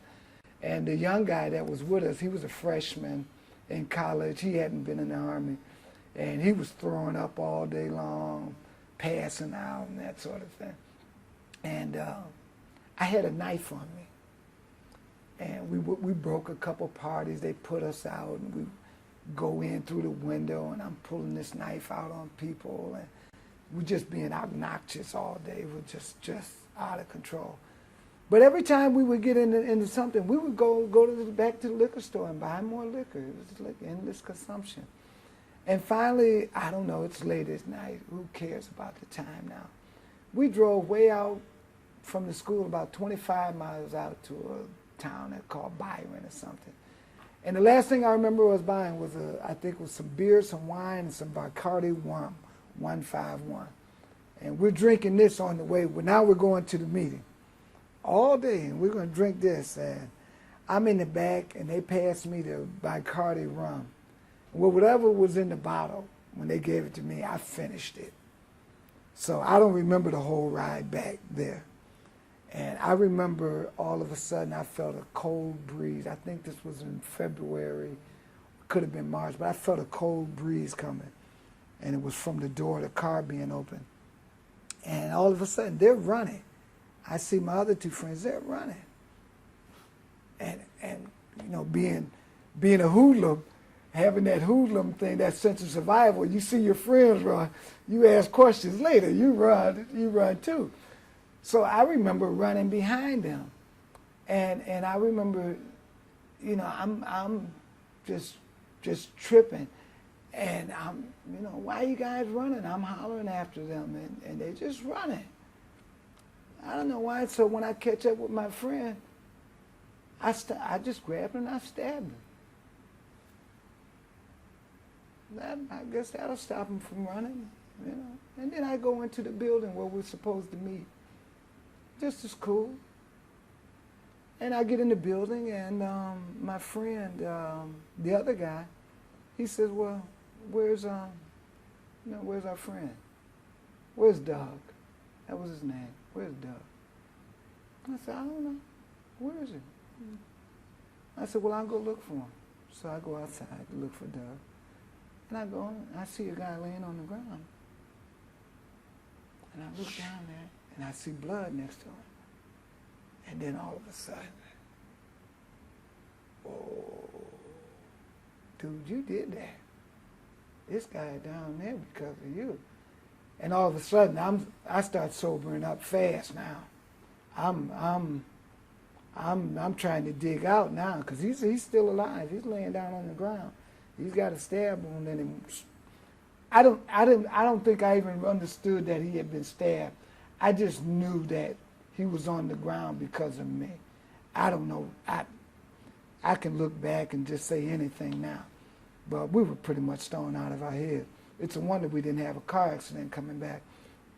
But I started calling for help and tried to get him help. And then I did know that I had stabbed him because I threw the knife away. I threw it in the sewer near where we were. And I'm trying to recover now. I'm not trying to get him help. Now I'm trying to play rescue. And people ask, because I'm screaming, I'm hollering, help, help, whatever. Finally, security guards came, and they got an ambulance there, and they got him to the hospital. And he stayed in the hospital for about a week, maybe 2 weeks, and he eventually died. Now, while he's in the hospital, I knew, once again, that I'm about to take a journey. You know, I didn't think he was going to make it. I was praying that he would. And I more or less just stayed at home, sobering up, and just meditating, trying to piece all this stuff back together. Then one day I get a knock on the door, and I open the door, and there's these two guys in these suits with these bulges on the side. And I think I told them, I've been waiting on you or something like that to come out in the court testimony. But I knew I was going, what they said, down the river. I just knew it. It was time to go. So I didn't fight hard in court. And they gave me a chance to plead guilty to involuntary manslaughter. And I wouldn't take it. I wouldn't take it. I don't know why I didn't take it. I just felt like I wasn't guilty of murder or something like that. I'm just stupid. I mean, they said if you plead guilty, involuntary manslaughter will give you 6 years, sentence you to 6 years. You do 2 and you're out on good behavior. Do 2 or 3 and you're out for good behavior. But I wouldn't take it. I felt like I should just go in there and throw myself on the jury and tell them, hey, this was my best friend. And as crazy as I was, and as willing to hurt somebody as I might have been, it certainly wasn't him. It certainly wasn't this guy. And so I went to in front of a trial jury. And the students were protesting outside the courthouse. There was a lot of protests going on. And they were calling the people racist. And I mean, it was just a mess. Were most of these people friends that you knew? They were students. They were students who knew both of us. And they knew that it was just a terrible situation. I mean, I'm sure there were a lot of people thought I should be taken out and shot, probably. But there was quite a number of people who felt that, you know, this could be resolved some other kind of way, that I felt that they felt that I didn't need to go to prison, that wasn't the solution for what had happened. And of course I agreed with that. But at the same time, I was ready to go, and you know, I had lied my way out of so many other situations. But this time I just sat up there and I just told the truth. You know, we were drunk, I didn't mean it. That was my defense. And after the protest, the judge, he wasn't very happy with us. I had acted out in jail a little bit, tore up the jailhouse. You know, that's a whole nother story, though. I was very, very, very uncooperative in jail at first. I rebelled against it. The circumstances up in the jail were crazy, and they were filthy, and I was tear the place up. And preachers coming up there talking about Jesus. Tell the preachers they should come up and talk about some soap and water and some better food and all of that. So they ended up sending me to another jail. So I was problematic in the jail. There was problems with the students protesting. When I went in front for a bail hearing, the judge called me and my brother up. And he told my brother off and all of that. And he knew my brother was in a position, had to humble down because he wanted me to get bail. So he told my brother off and told my brother there's no racists and all of that in Peach County. Judge C. Cloud Morgan, that was his name. The hanging judge, that's what they called him. And they denied me bail, put me back in jail. I was convicted of murder, and they sentenced me to spend the rest of my natural life in the state penitentiary at hard labor. And I said, now I'm on drugs again when they sentenced me. So it really didn't impact me that he was talking to me. And I'm saying to myself, wow, man, that's terrible. Can you imagine? There's 40 big guys around you, these sheriff deputies, maybe 6, because they knew I was this martial artist guy, so they had all this security around me. And I was just as passive. You know, I had no fight in me. Whatever it was going to be, it was going to be. But they didn't know that. Probably I would have put some guys around me too. But he looked at me. He said, you have anything to say? And I said, no. He said, I sentence you to spend the rest of your natural life in the state penitentiary at hard labor. And I'm saying to myself, wow, that's deep, man. That's deep. I can't even, I mean, that's the rest of your I had never even heard anyone talk to a human being like that. You know, and even on TV, I had never heard that kind of sentence rolled out. And when I went back to jail, and I sat down, and as night rolled on, I realized that he was talking to me, and that was me. You know, I still couldn't embrace what that meant, but I started to learn fast. And that was it. That was the beginning of my career in, what they say, that was the beginning of my journey. What is it, upriver or downriver? How do they call it? I'm going to send you down the river. river. You're probably down. Ain't nothing up. Ain't nothing up in that direction. You got to go down before you go up, so it had to be down the river. So yeah, that was the beginning of my journey down the river, man. It was quite an amazing journey. Quite an amazing journey. Did the fear of being there, or maybe just the knowledge of being there, affect how much you did in jail? Because you ended up doing quite a bit while you were in prison. Yeah. Well, what happened was I acted a fool in the jail, and I think it was when they sent me to they sent me to the place called Jackson, and that's where they do all the testing, and that's where they sort out all the prisoners, give you a category, security category, and all your psychological testing, and then they send you on to your permanent assignment prison. And of course, prison is not like jail. And I knew there was a big learning curve that was about to happen. And I knew I had a life sentence, and everybody, when they asked me, you got a life sentence? Boy, you through. You through. What you got sentence? You got a life sentence? Man, you through. And I tell everybody, no, I'm not through. I had a vision. I knew I was going to be out of there in 7 years. I knew it. I knew it. I said so I would tell everybody I'm going to be out in 7 years. Because you could become eligible for parole in 7 years. Of course, it was rare that they would grant it, but you would certainly become eligible. And I had all these older guys, these recidivists who would tell me, man, you finished. And they were right. I knew I was finished to the point where I got to be here in prison. And anybody that's in prison is finished to the degree that you got to wake up in prison. Terrible place to wake up in the morning. But I didn't feel that my life was finished. And I'm not sure if it was in jail or if it was in prison itself. But I knew that this was a part of my journey. And this takes me back all the way to what my mother had wanted for me. She had wanted me to be somebody special, somebody respectable. She really wanted me to go out and do things. My mother was an activist herself, and she wanted to pass that activism on to her children. I think she had high hopes for me. And this was part of my journey to get there, and somehow I understood that. And that's the one reason why I didn't fight it so much. It was sad that it had to happen at the cost of my best friend. But I was tell everybody that I was going to be out in 7 years. And I have a letter in here. Gosh, at the end of 7 years in prison, I got a letter, and they told me I spent a year in jail, and then in prison after 7 years, I got a letter from parole board, and nobody wanted to give it to me. I was at a halfway house. They didn't want to give it to me because I later found out because nobody knew how I was going to respond.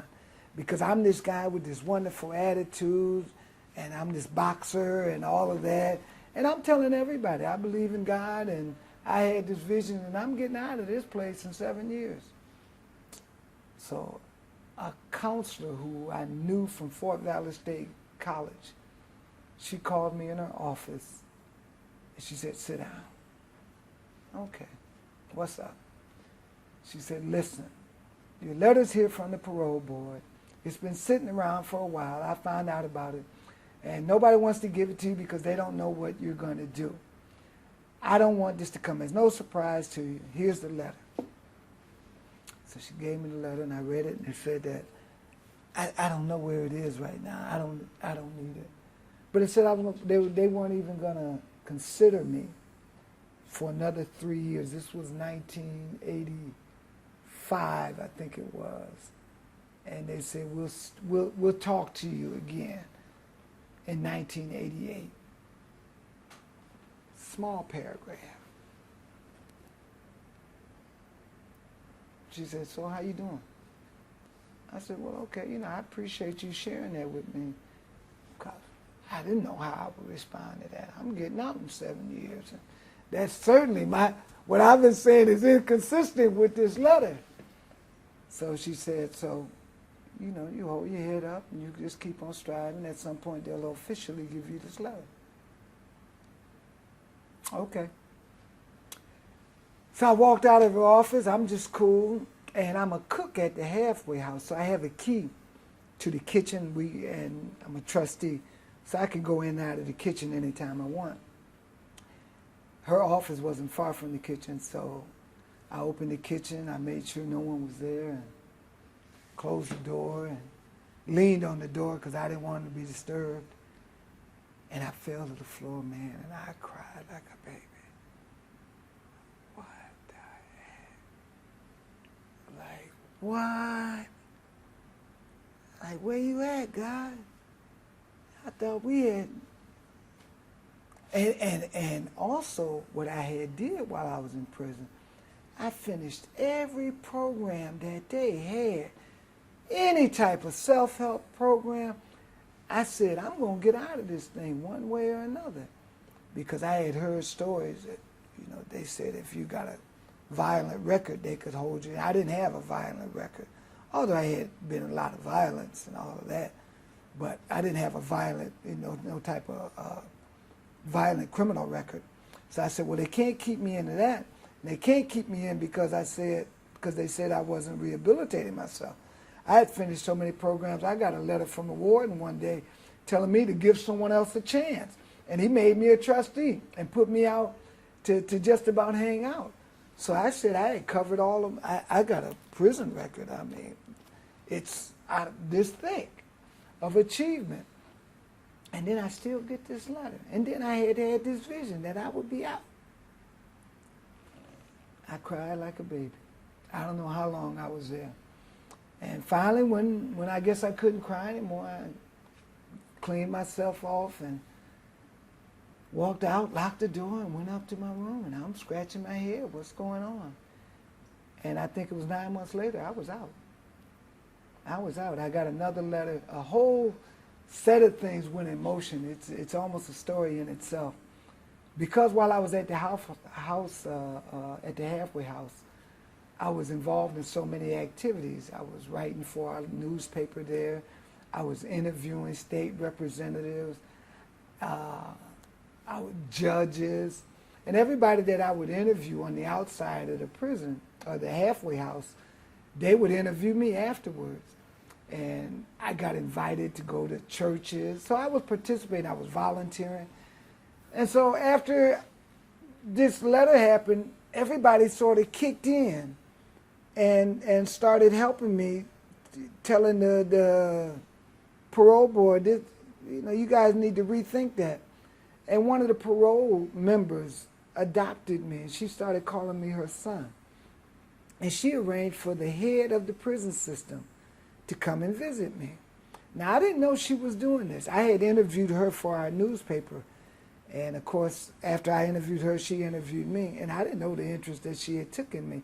But apparently she went back and checked my files and all of this kind of stuff. And she had taken a personal interest in my case. And one day I'm working in the kitchen, and the warden comes in and said, well, what are you into now? Because what's going on? The head of the prisons is coming down here, and he's coming to see you. And I thought he was joking, because first of all, the head of the prison don't even stop in places like this, and it, certainly wouldn't be coming to see me. And so everybody's cleaning up the prison, and all this, everybody's stressed out. Why is this guy coming? They say he's coming to see you. And I'm thinking they're joking. And finally, toward the end of the day, he's supposed to be there the next day, the next morning. Finally, toward the end of the day, I think it was after dinner, the warden called me into his office. He said, haven't I been good to you here? You like it? Yeah, this is great. It's a co-ed halfway house. I got a key to the kitchen. I'm going to concerts downtown. I'm volunteering here, there. I'm just having the time of my life. If you got to be in prison, might as well do it at a co-ed prison. I'm going out to concerts. First time I saw Luther Vandross was Patti LaBelle. All these other concerts this was in prison. It was amazing. I'm going to the mall every weekend. The prison guards taking me out to barbecues and everything. It was amazing. So if you got to do time, do it like this. So I told him, I'm fine with this. He had even given me a chance. I remember, because we had to be bosses over other convicts. And I had a problem with that. I'm a head cook. And I got to get these other cooks, these other people in shape. And I told him I didn't want to do that. And he said, well, that's okay. You think about it. I'm sure we'll send you back to the other prison. And I'm sure there's about 20, 30, 40, 100 people would be willing to take your place. He said, you think about it and tell me in the morning. And of course, in the morning, kind of had slept on it.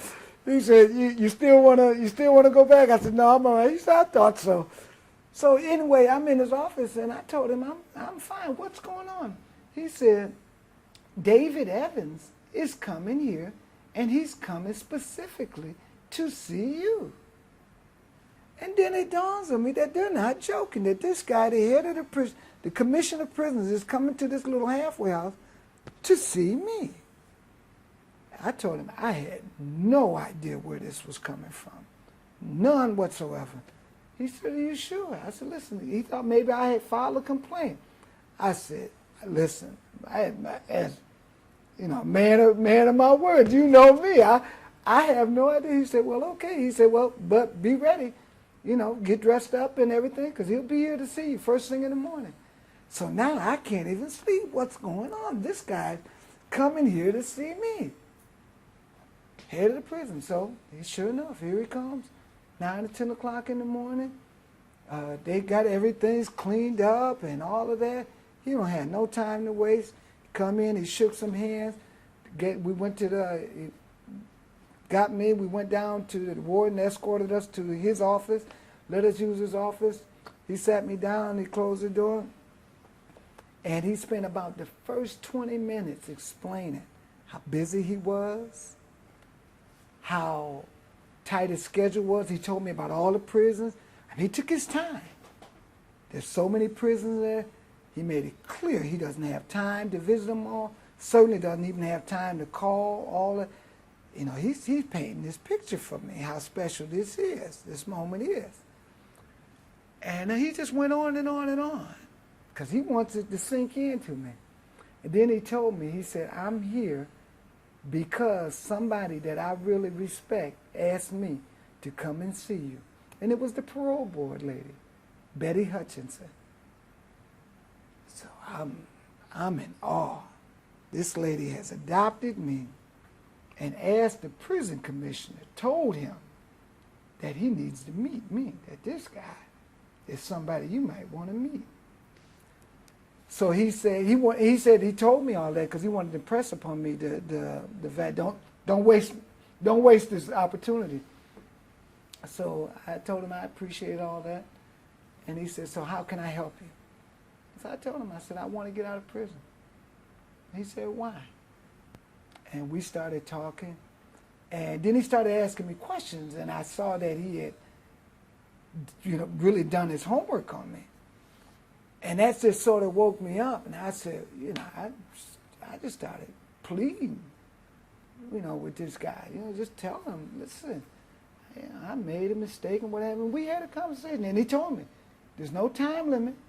Take all the time you need. I'm here for you. And I don't know how long we talked. No pressure, and we talked. And then at the end, he said, do you have anything else you want to say? And I said, yeah. I said something like, I hope you'll let me out. Anything else? No, sir. Thank you. Appreciate your time. Okay. Shook my hand and all of that. Maybe 2 weeks later, there's another letter from the parole board. We're going to reconsider you in 6 months. 5 months later, I got another letter. You'll be out at this time, and that was just it. But not only did they put me out of prison, they cleaned my record up. She made sure that I cleaned my record up, and if I don't tell anyone I was in prison, there's no, I don't have the criminal record that would go with it. And there were many state representatives, community figures that all came together to make that happen. A lot of support. And I was humbled by that. And the first day I got out of prison, I was back that night. Because I had started a reading program for illiterate inmates. And they were all surprised because they thought I would hightail how you're out now. I told them I was going to stick with the program, and I came back and I was teaching them that same night, the day I got out, that night I was back in the prison teaching the reading program. And I stayed with the program till it ended. And of course, there's plenty of other stories inside of that prison stuff. And didn't you also help with the basics? Basics, yeah. There was a program called Basics, and it was ran by the state bar, and it was trying to cut down what can these attorneys, what can the state bar of Georgia do to reduce recidivism? And they came up with this program. Why don't you teach these inmates how to run their own business? Help them with their education. That was perfect. So I went through the program while I was on parole, and then they hired me to become one of the teachers. And they said it was the first time they had ever hired out of the few thousand people that had went through the program. I was the first student in the program that they had hired to be one of the teachers. And I got a couple of awards for being a teacher in that program. So, yeah, so I thought it was important to stay. I was very much involved with working with inmates because I knew it was a terrible situation. A lot of people didn't need to be in there. Whatever I could do to help people that were in that situation, I was committed to doing, and I still am today.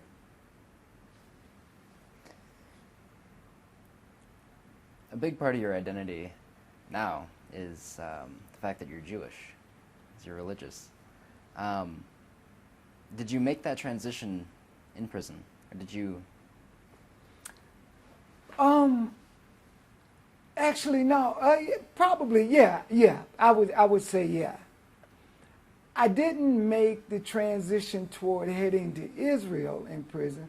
All my life, I grew up having this desire to move to the Negev desert. Not necessarily move, but I was just fascinated with the Negev desert. You know, Moses walked through there, Jesus walked through there, Abraham, Isaac, Jacob, all these people, they had these visions down in there. And one thing I haven't talked about much was the spiritual side of me. I always had this well-developed sixth sense, and that's what helped me survive Detroit. That's what helped me survive prison, would help me survive the military, would help me survive a lot of the crazy situations that I was in. And when I was in prison, of course, everybody develops their spiritual side. You start getting in touch with your spiritual self. Right before I went to prison, I had a friend of mine. Once again, this is the friend that when I got put out of the house, how I went to live with. He was going to Israel. He was part of the black Hebrew Israelites of Jerusalem who live in Dimona. Not Jerusalem, they live in Dimona. He was part of that group. And a lot of people in the neighborhood, when I came home from the army, they were in that. And I thought that was amazing because they had this philosophy they're through with drugs, they're going a vegetarian diet, and they're talking about God, and they're talking about their Hebrews. And we had some black Jews in the neighborhood. And also my mother had always told us we were the people of the Bible. So there were bits and pieces there. So once I was able to begin to focus on what it means to pray and communicate with a higher spirit and to rely more on spiritual things than the physical, I had more appreciation for that. I decided to develop the spiritual side of me. And I saw that privilege, you could get privileges if you had a religious niche that you were in. American Indians had privileges, the black Muslims had privileges, the Christians had privileges, but there was nothing to accommodate me as a Hebrew. So I created something, and I started I created a religious organization, sort of, that was quasi-attached to the black Hebrews, so I could get us special dinner meals and all of this.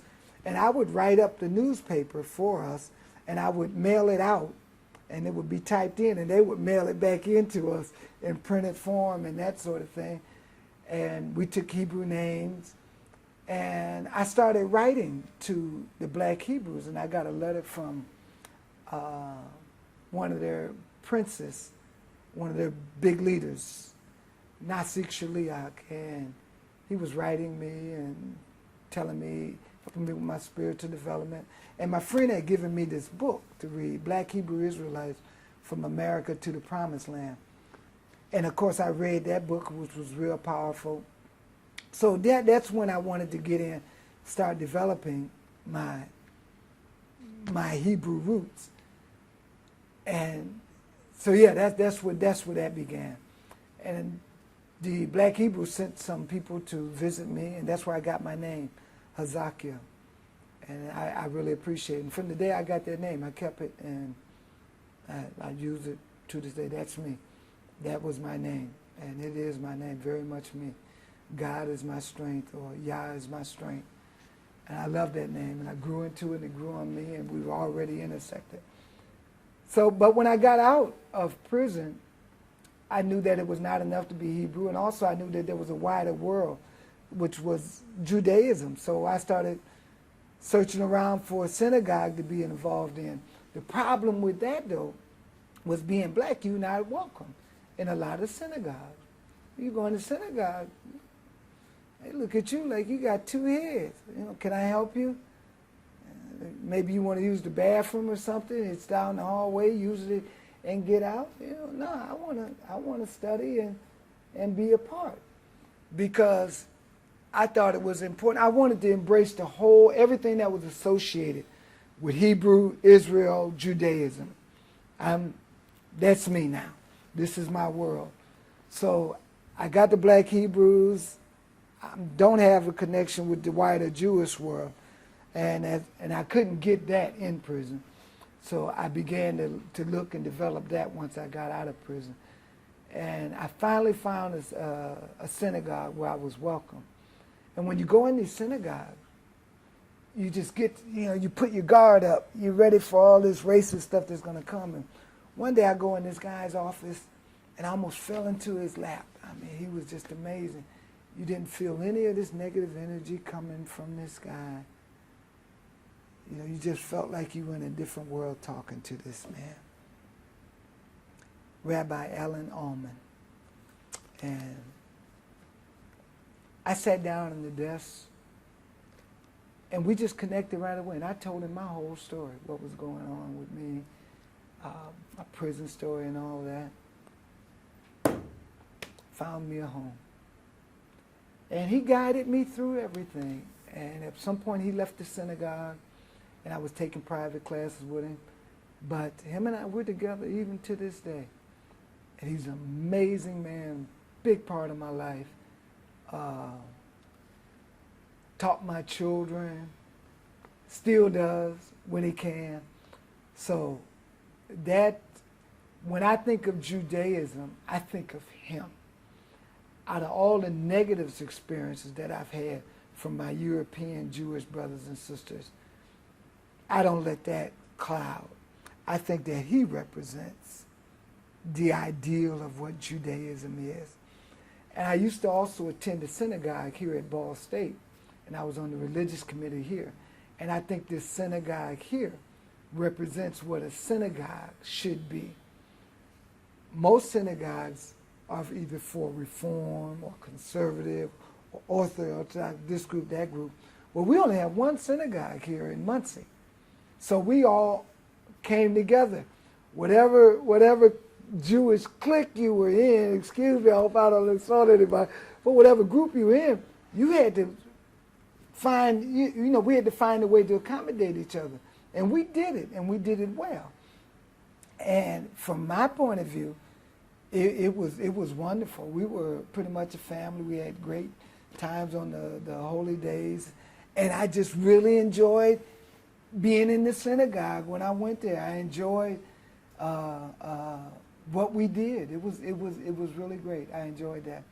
So this synagogue that I went to here in Muncie represents my ideal of what Judaism should be, and my rabbi represents the ideal of Judaism to me.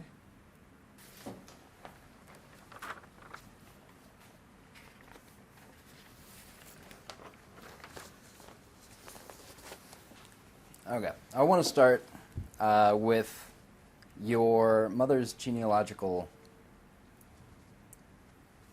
research than she did. Okay, that was some powerful stuff. She, after all her children were grown and left home, she decided to go back to college.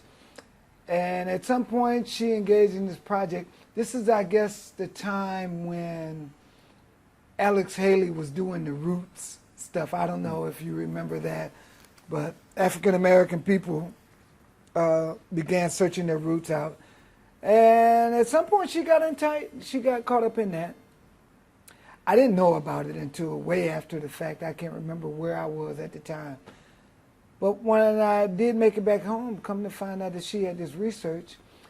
And one day, with the research, my cousin, which would be her niece, was looking in the magazine. They even had magazines for heritage magazines.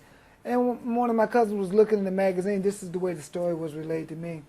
And she noticed some research that was similar to my mother's research. And my cousin hooked the two of them up, and it come to find out they had each other's missing pieces. But the bottom line is that my family comes from Ghana, from the Ashanti tribes. And if you do a little work, you can easily determine that the Ashantis are former Hebrews, and they come from the city of Ashan, Ashanti, with the people of Ashan. And the only city called Ashan anywhere on the earth is in the Negev Desert. So for me, that was this confirmation that this was all these things I had feeling, this closeness to the Negev Desert, that it was just in my DNA. And when I moved to the Negev Desert, I felt like I was at home. It was just amazing how at home I felt, like I had been here before. So the research of my mother was that confirmation. And I'm glad to know my roots, where I come from, specifically the people. And I think it makes a difference. If you don't know, you can still get on with your life. But it's been very helpful for me. And you also spent some time in Senegal? Yes. After I got out of prison, I stayed in Georgia, I worked as a news reporter for a while, but I couldn't make a lot of money. I couldn't sustain my family. So I moved up north. I followed my brother. He was up in Worcester, Massachusetts, followed him up there. Stayed up there for a while, and from Worcester, Massachusetts, I think to Washington, D.C. And then from Washington, D.C., back to Worcester, I think it was. And that's when I got married, and then we went to Europe to hitchhike down to Africa. And we landed in England. And from England, we made our way down to Dover, the cliffs of Dover, from there to France. Oh, I think Belgium first, then France, and then down to southern France. And we ended up staying down in southern France for 3 years. And after France, it was Senegal. And I went to Senegal specifically to open a school. Opened a school there, an English school called, wow, I should remember the name of the school, huh? We opened up an English school, and it was great. It went well until the revolution hit. We had 1992, the elections were very contentious and they turned violent, and the society just sort of shut down. And from there I came to Ball State. But yeah, I spent about 2.5, 3 years there running this school, English school, community center, teaching English, teaching French. Had a staff of about 6 full-time employees and maybe less. Total about 13 employees. And it was great. It was great. We outgrew our first location within about 6 months, and then we went to a bigger location. We did a lot of things to help people in the community. The building was so big, we used the reception area as an artist, for artists to hang their art, so we were constantly circulating art in and out. The top of the building was for outdoor concerts. We were the first entity to show the movie Malcolm X when it came out. The president sent us a letter after we showed it one time, asked us not to show it anymore. He said it could cause racial strife in the country. So the movie just sort of ended up underground from there. But when we did show it, diplomats from everywhere came over, and it was great. We sponsored, Youssou N'Dour was in on that. Youssou N'Dour is a national treasure musician of Senegal. He was part of one of the sponsors of that. So it was great. It was really a wonderful time. It was in the newspapers and doing what we could do in the community. And you got adopted by the Tukulur tribe? Yes. The Two-Color Tribe, they are former Hebrews who were, when Islam came through, they converted to Islam. Because when Islam came through, it was you become Muslim or you move on to something else. So a lot of people converted inadvertently. And so they felt real close to them. And then that's where I got my new first name from, Schweibu. So that was great, and they took care of me like a son. It was really amazing. So I felt real at home there, and I will always have a special connection there. One of my daughters was born there, so I have a great love for the country, and I look forward to going back. And You know, when I hear your story, I can't help but think sometimes that, like, there are two different people. Uh-oh. And I mean, I'm feeling schizophrenic. what? So You've even got different names from before and after. Right. Well, I see what you mean. From shall you to, well, I would say before I went to prison, I was one person. After I got out of prison, I was a totally different person. I mean, I was finished with a lot of things that were just foolishness, that irresponsible living, the casual violence and all of that. Even though when I grew up in Detroit, I could justify the violence, violence, responding to violence. But now, if I find myself in a violent environment, I'm not going to respond with violence. So yeah, I would say, yeah, you're absolutely right. And I think I need a different name. But I would even go as far as to say you might even see three people, because after I spent those 4 years in the desert in Israel, and that was another major transformation. And I would even contend we want to always remake ourselves, grow a little higher, get a little stronger. And my transformations have just been more stark in that there's name changes and other type of dispositions. But yeah, you're absolutely right. Yeah, because there's no way in the world I was going to get out of prison with the same stuff that brought me to prison. So I knew I needed a complete change. I was sentenced to life in prison. So for me, is that my idea of living was finished. So the rest of my life, I was going to be consumed with responding to this tragedy that I created. So why not just totally change your life and make that life sentence a life of upward movement, a life of help, a life of peace or something.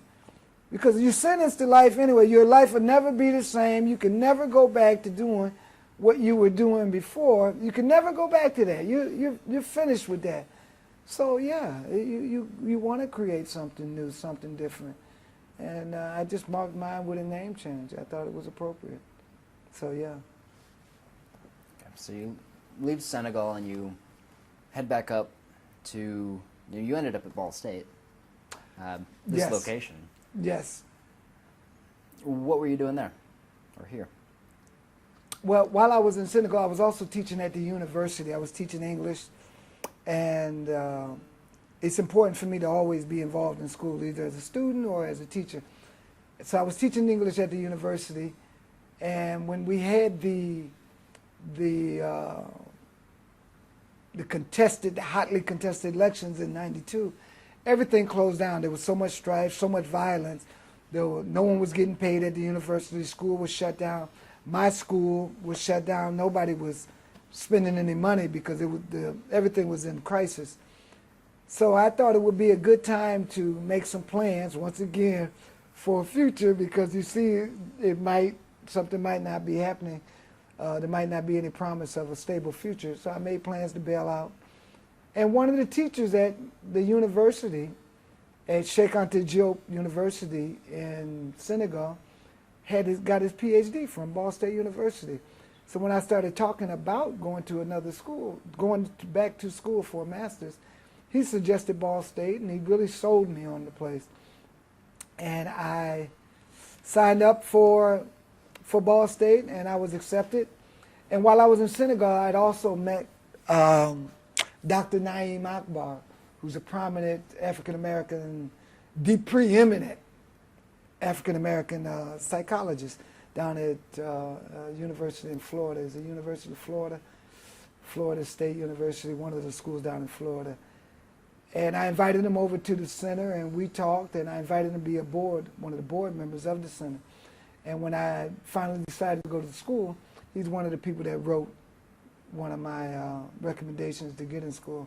And I'm sure it carried a lot of weight to have the preeminent African-American psychologist say, hey, that's my guy. So I appreciate that. At some point, I lost touch with him, and I look forward to getting back in touch with him and saying thanks. The experience at Ball State has been just wonderful. And you were possibly more active there than you were at Fort Valley College or Fort Valley State. I'm not going to say more active. I would say I was more responsibly active, because I'm always active. I tell people I'm never bored, but you cannot be bored in pursuing foolishness. I didn't use my time as well in Ball State, but I certainly burnt off my energy. I mean, I didn't use my time as well at Fort Valley State, but I'm always going to be busy. But by the time I got to Ball State, I was so focused and clear on who I wanted to be and the statement I wanted to make in life. So I ended up who's who, Golden Key. Now, I wasn't in the Golden Key Honor Society. I was a role model for the people in there. So I was, I think there was a list of about 20 people who were there invited to be role models for all of these 10% of juniors and seniors, 10 to 15% of juniors and seniors, the top juniors and seniors in America. So they choose some people. Richard Lugar was one of them, the Ball brothers, and somehow I got on that list. So I thought that was great. I always laugh at that when they gave us our recognition. Everybody up on the stage with all these big shots. One of the Ball brothers, some guy that had a Red Cross and all of that. And then I come in my African clothes. I'm late. We had just come from a drumming set. But I told them I was going to be late. And when they saw me come on in. You know, I'm trying to sneak in the back. And no, come on in, come on up. But they invited me there because they said my commitment to diversity and academic excellence. And that's true. I believe in diversity, raised up in diversity. Traveling the world brings the diversity and celebrate that, and academic excellence. So I got a lot of awards for my academics and awards for my involvement in cross-cultural involvement in the society and the wider community. I was president of the African Student Association. I mean, just really using my time as responsibly as I could. So I was performing music, teaching, studying, and still finished my degree in record time. So it was pretty. It was fun. It was an exciting time. And you also helped produce, or were involved in the production of Impressions on Africa? Yes, that's right. And for that I have a book here. Where's my book? I have a book called Impressions of Africa, Fact versus Fiction. I have to find that. There it is right here. Here we go. This program right here, Impressions of Africa, Fact versus Fiction. And after I had came back to the States from Africa, of course I was more conscious of Africa and people's response to Africa. So I would listen to the things people would say, like, my goodness, you know, what was your camel's name? You know, or did you run into any lions and tigers and bears and all of that?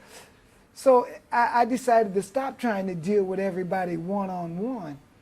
So I developed this program where we would go into schools and other places, libraries, civic organizations, and we would teach about Africa, and we would use music to do it.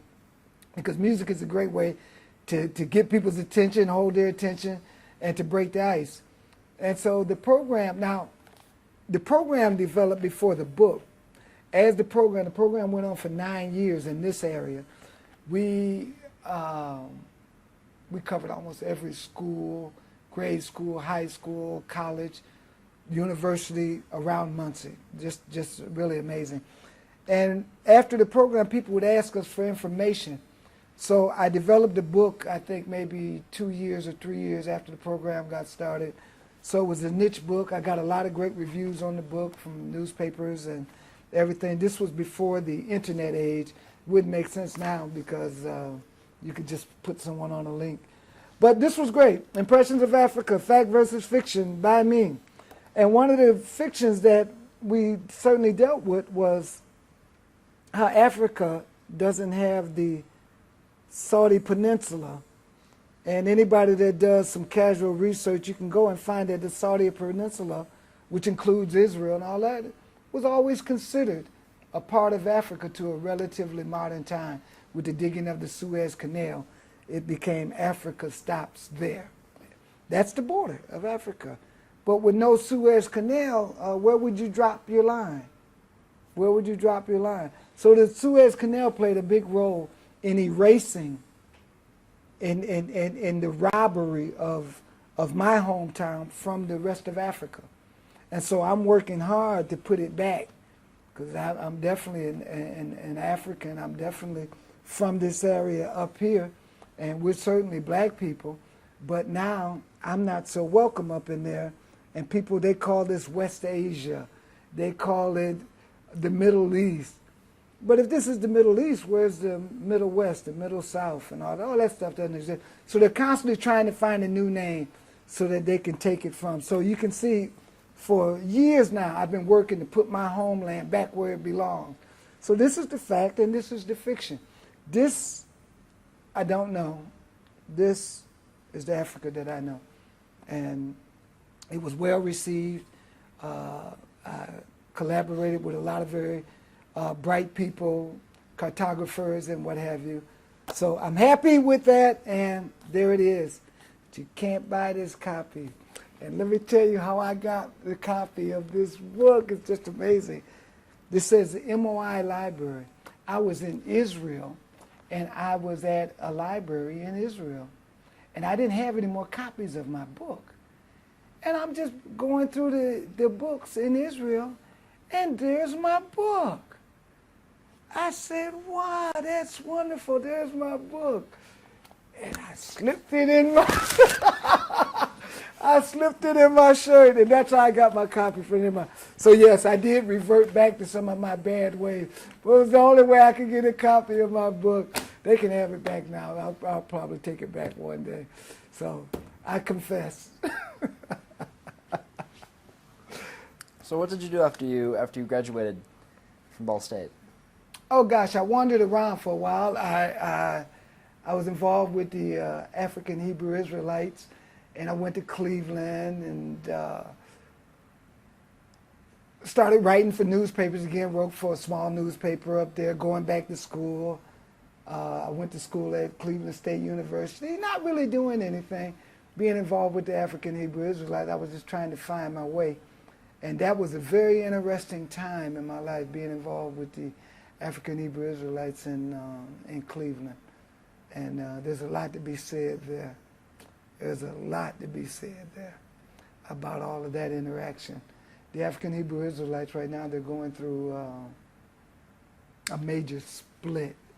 There's a lot of the top leadership and a lot of the people who are splitting up. Some things are being unearthed that aren't so pleasant that's been going on. So it's a lot going on, that interaction. I saw some things that I certainly didn't agree with, and obviously that's why I parted ways with the African Hebrew Israelites as a structured organization, but not with my friends, not with my identity. So I will always be a Hebrew Israelite. I don't have any choice over that. I was born into that. But as far as being a part of some structured entity, that I'm not. And is that what finally decided it for you to travel to Israel? Well, actually, the first time I traveled to Israel was in 1987. I was a reporter, and there was so much going on. There was so much contention between the African Hebrew Israelites and wider Israeli society. The black community wanted to know what was going on, and I had a friend. When I got kicked out of my house, and the friend I went to live with, he moved there. So him and a lot of other people that I grew up with were in Israel. So they helped finance my way over there so I could go get to the bottom of what was really going on, because I was curious myself. So I went in 1987, and it was just amazing. I interviewed Ben Ami while I was there, and Ben Ami is the leader of the organization, and met with a lot of my friends and traveled all around Israel. And in doing so, I knew that that at some point I would end up back over there, not as a reporter, but just to come in to stay. I felt like I was at home. So that's what influenced that. But going back to what I did after Ball State, I was in Cleveland, and then after Cleveland, I think I moved to Washington, D.C., the Virginia area, and I was teaching English out there, Lotto International College, and just sort of trying to find my way. I had children. Ended up being a single parent with my children in Cleveland. So a lot was going on, and just like I said, I was just trying to find my way. We could take hours talking about all the stuff that I did between Ball State and the time that I immigrated to Israel. I think it's from 1995 to 2004. So we're talking about 9 years of,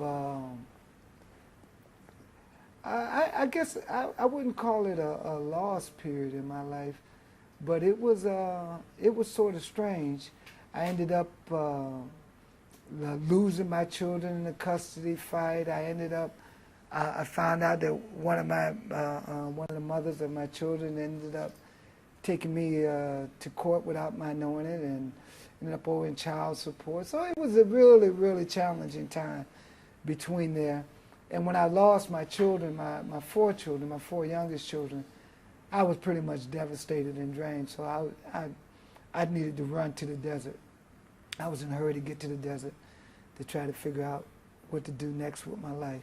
So I sort of crawled out of the United States, crawled my way down to the desert. And when I got to Israel, I first moved to Dimona, where the African Hebrew Israelites were. That's where I had my connections. Moved there, and I saw that I started playing music, and I saw that they didn't have a recording studio. Or they had a recording studio, but it was really small. It wasn't much bigger than this room. And they couldn't play music at night because they would make noise for the neighbors. So I said, wow, that's no problem. I know enough about music and engineering. I can fix that. And so I found a building and drew up some plans, and voila, music studio. In the heart of the city, you could play 24 hours a day, much bigger. It had an office, 2 classrooms, and then a recording area. Beautiful. They use it now. So, and after 2004, all the music that's coming out of the African Hebrew Israelites, it's from the studio that I designed and built. A lot of it, I built it with my own hand. So I went there, and I stayed there with them for a year, also teaching music in the school, because it was a recording studio and a school for music. There was a young lady teaching music there, and I worked with her. And after about a year, all that dried up, and I went on out into wider Israel. And that's when I moved to Yeruko. to the little desert town. And that's when I began to get myself back together, living out in the desert, lived right on the edge in a small town, about 6,000 to 9,000 people. My house was right on the edge of the desert. I didn't have to go in town. I could go out my back fence, walk out in the desert, and I lived there. Initially, I had electricity, and somewhere about 3 or 4 months into my stay, I had an economic problem. I lost electricity, and then I began to enjoy it without the electricity. And then I got rid of the, that took care of the computer and the phones and all that. I started growing my own food, and then I started thriving in that, and so I enjoyed it. And I knew also that it was something that I needed. I had a lot of questions. I had a lot of issues. I was missing my children. It was just a time to take a break in life, to reassess where I was going, what I had, and to count my blessings and to plan the future. So I wasn't in a hurry, and I didn't set a particular time that I would leave, that I would end the experience. I knew that it would set itself. So I stayed there for 4-something years in the desert. I had a great time. I played music, traveled all around the desert with other drummers, and I played, like I said, I played with a jazz band. So I just had a great time doing a lot of soul searching and self-reflecting, which you can do when you live by yourself and there's no all these distractions that you have. And that's why I picked up the guitar and started playing the guitar again, because I needed to entertain myself. I didn't have a radio. And I was tired of drumming all the time. Couldn't play my electric piano. So I said, wow, I got this guitar that I'm dragging around, and why not start playing it? So I started playing it. I wish I would have brought it with here today. I'd play you a song, but anyway. Well, music clearly played a big part later in life. When did you start playing music? Right when I was born, I started playing music. I was on the pots and pans. Man, I mean, I couldn't stop playing music. I was just a little piece of music. And when I was very young, my mother bought me a drum. And when I saw it, I think it was a Christmas or a birthday present. But when I got that drum, I played that drum. And after one day, she took that drum back. Because, I mean, I was just so, just got to have it. I remember I used to sneak downstairs at night and dance and sing on the kitchen table like I was on a stage.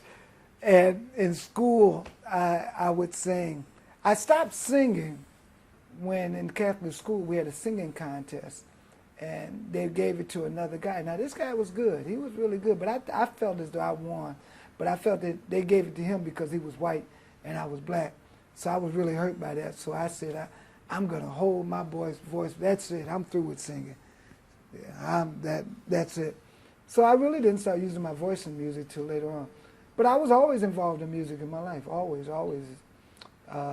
But professionally, I think it was in 1980 something, when I moved up to Worcester. When I left Georgia, right when I got out of prison, and I was playing a little bit in the Army. I would play bongos and go up on the stage. I had a friend, had a band. So, really all my life. But I guess in an organized way, in a more coherent way, in a way that made sense, consistent way, in a more focused way, was after I got out of prison and moved to Worcester, Massachusetts. I started drumming, and we had, it was 2 of us. We had a drummer, and I was the drummer, and we had a dancer. And we started touring around New England and doing African drumming and dancing program, and that was very successful. And from there, that was pretty much it. That was a focused, my focused pursuit of music. And then when did you eventually leave Luca? Where did you go to?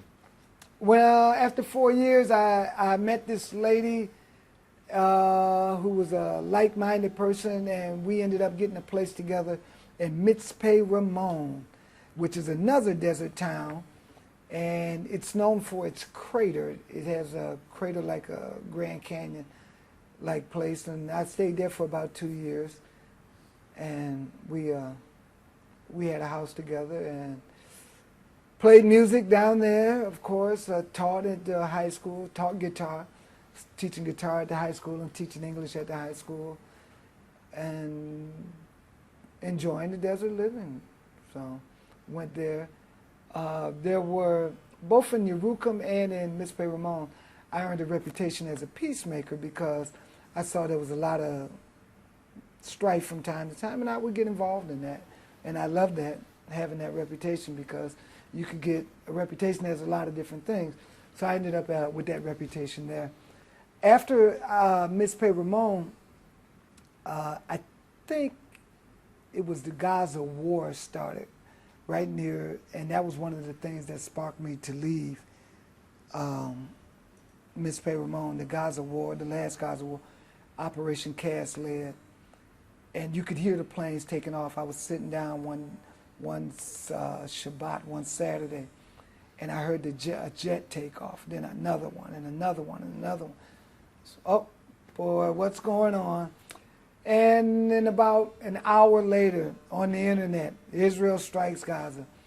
And I was just sick because I had been dealing with all this racism, being there, a lot of racism in Israel. But I didn't confront it because I didn't feel I was there to confront all of that. I was more there for self-reflection and self-rehabilitation. So if I start confronting other people, that's going to take energy away from my own rehabilitation. So I focused more on myself. But after the Gaza War really disrupted my life, and I knew that it was time to focus now on some other things other than myself. I felt I was being selfish.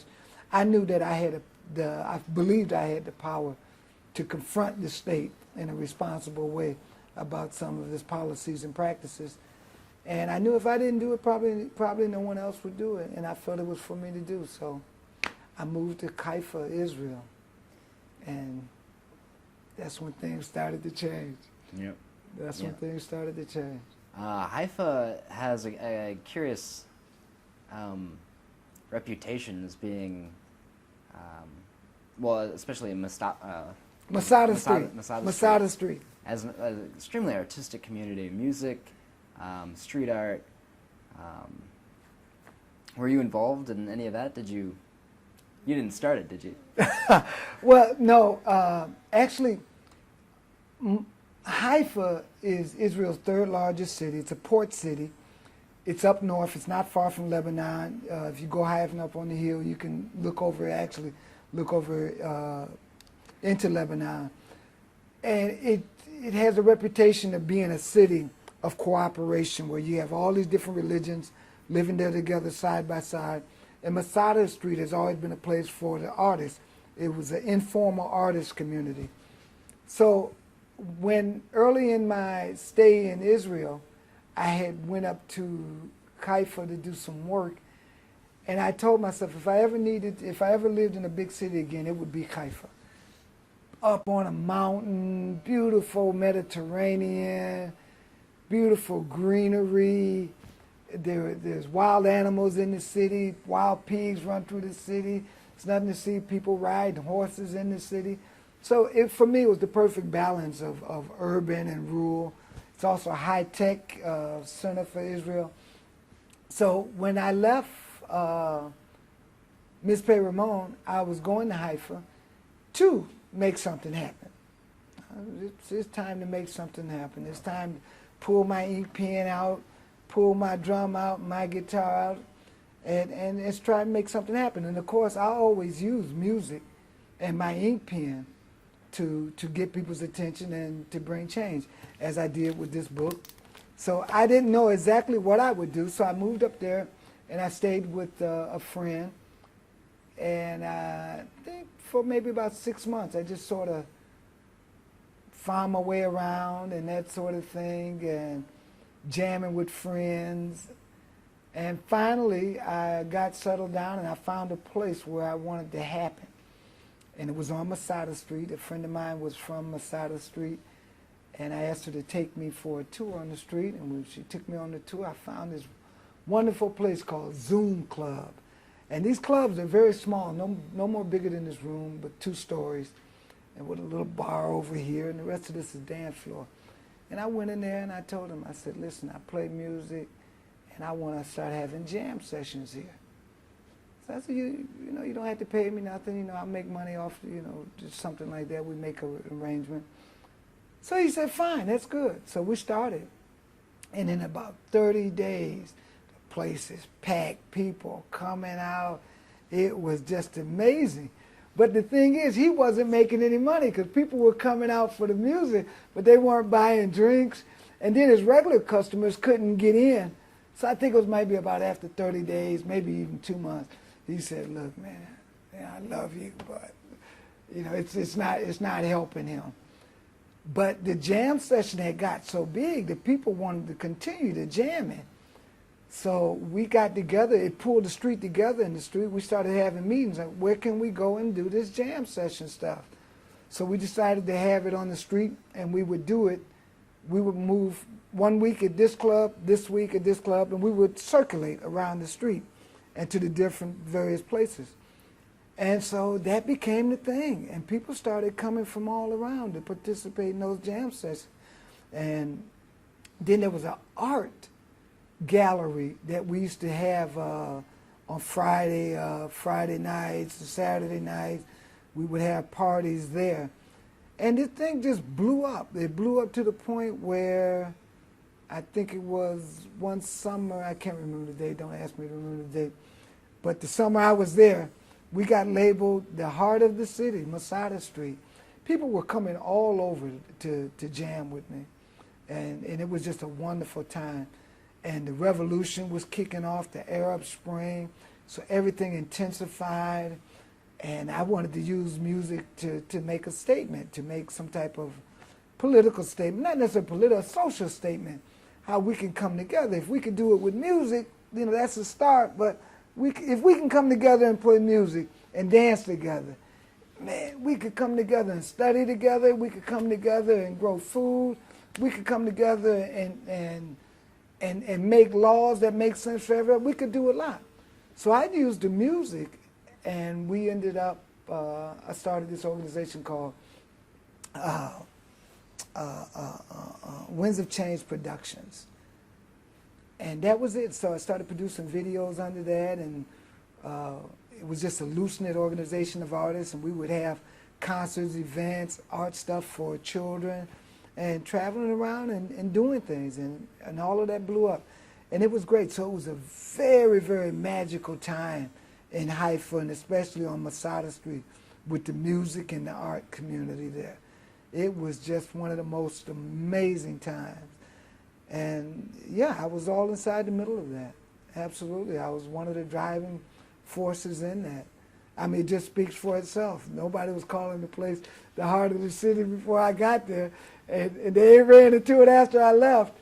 But it was great. But I knew, you know, it wasn't accidental. I knew, you know, I had an ulterior motive. I came there to do that. So everybody else was probably just enjoying themselves musically. I had an agenda. I wanted to use this music, use this art, to try to make something sensible happen. So if you look at my videos on YouTube, that's what you'll see, all the different themes. The Israel-Palestine Revolution Manual for Revolutionaries. And it's about dancing together, you know, just all these different themes.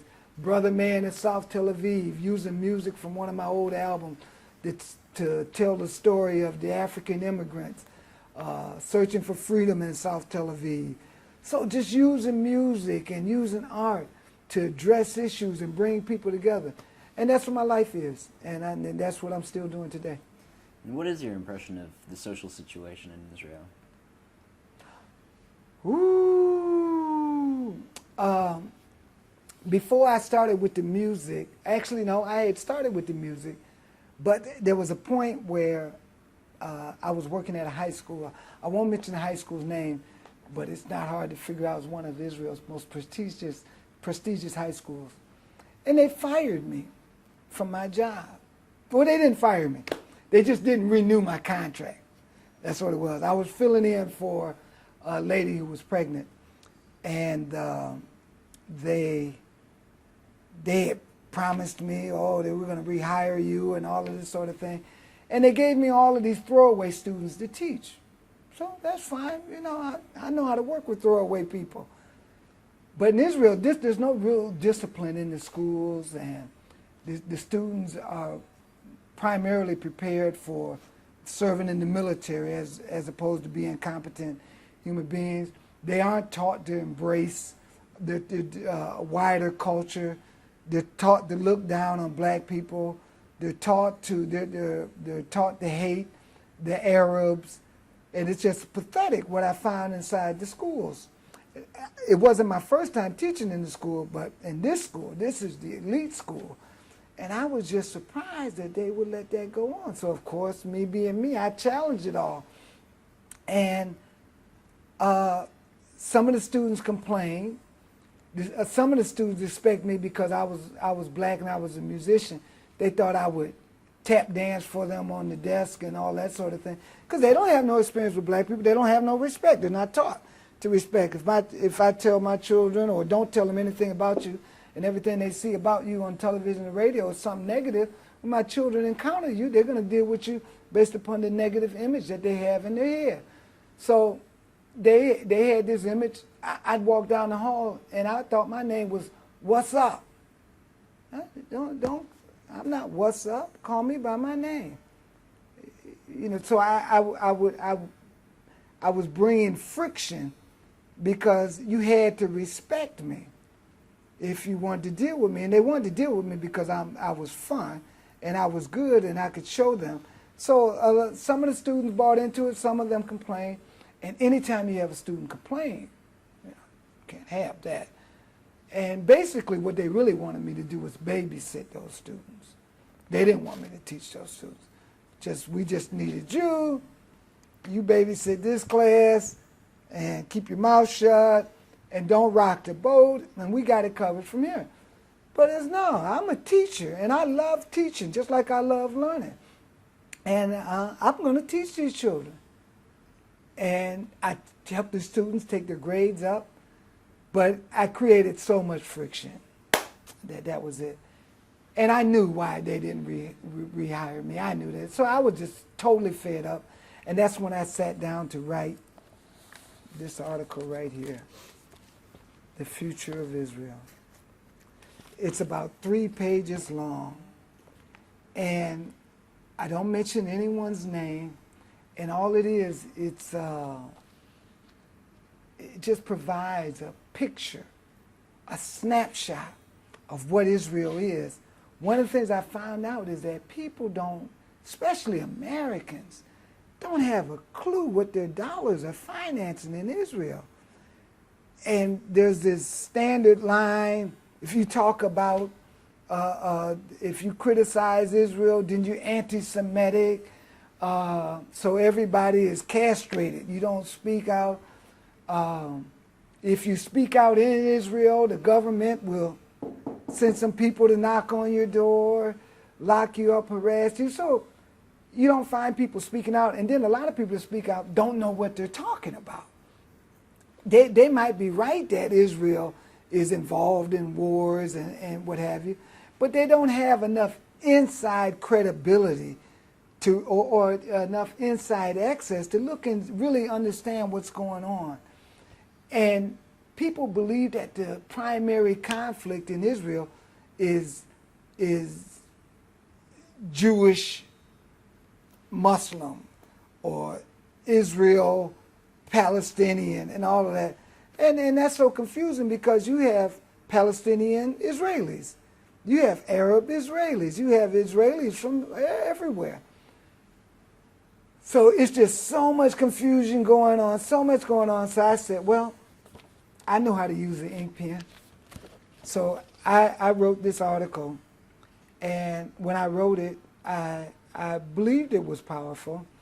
And I didn't put a price on it. I didn't sell it because I didn't want money to get in the way of the dissemination of the article.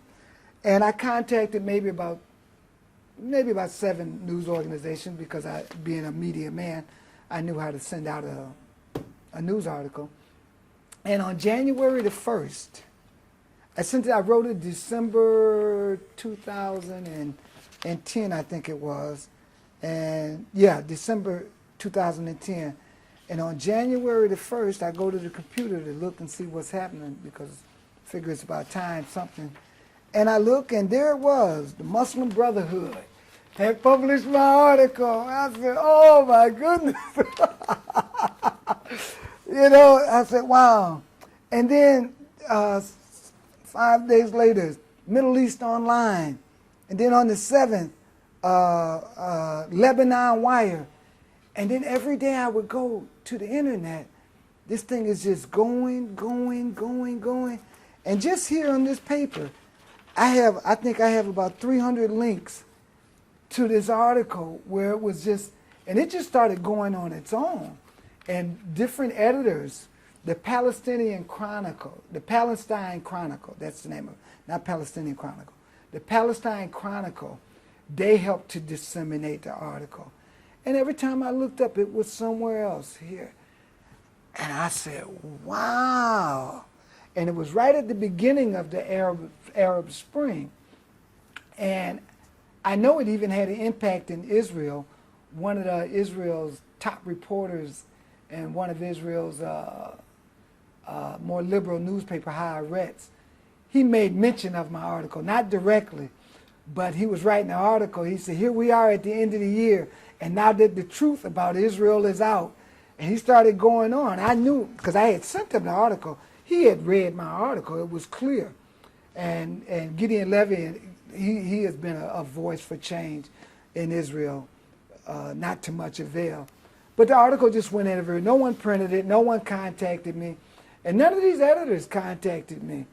And I even wrote to the Palestine Chronicle, you know, to find out, you know, how the article was doing. But the article, the Palestine Chronicle, it stayed #1 out of millions of other articles. If you look up the future of Israel in Google, it was right at the top for over a year, #1 item. And all these other newspapers, I mean, it just really, really went out there. And I had some people, private people, contact me and thank me and say that they were empowered by it, because here's a nobody in Israel. It was like David and Goliath. And the article is concise, it's to the point, and I'm not pointing the finger at anyone. I'm just taking a snapshot of what the society is and what the prospects for the future, for a viable future for Israel is. So it caught the attention of the world, and I say hallelujah for that. And I know it had an impact on a lot. It was published in North Africa, a lot of the countries that were going on the revolution. And I think when they saw me standing up to powerful Israel, I think it encouraged other people to stand up too. So that was it for the future of Israel. Did you catch any heat from publishing that article? Oh, man. You know, I tell you what. When I finished it, it was before Christmas. I didn't send it out right away. I had to ask myself, now, do I know how I can write, and I knew what I had. I didn't know it was going to get that much attention. I probably wouldn't have sent it out if I knew I was going to make that much waves with it. But I had to ask myself, was I ready for the repercussions? And that voice told me, ready or not, it's time to send that article out. So I sent it out, and the police were following me everywhere. They were showing up everywhere. Yeah, there was a lot of repercussions. But because of my experience in the military, because of my experience in, you know, I could spot the police a mile away. So I would just always greet them. Hey, how you doing? They were coming to the parties. They were just on me. And I would say, well, you guys want to talk? Let's talk. I don't have anything to hide. And I would get these emails. I had this one guy tell me he had access to weapons and all of that. And I'm laughing, you know, because when they read it, some people, they thought you had to be angry to tell the truth. I'm not an angry person. So they thought this was, one of these guys told me, I got a message from him. I read your manifesto. Can we meet? And I wrote him back and I said, we can meet, man, but I don't know what manifesto you're talking about. I haven't written any manifesto.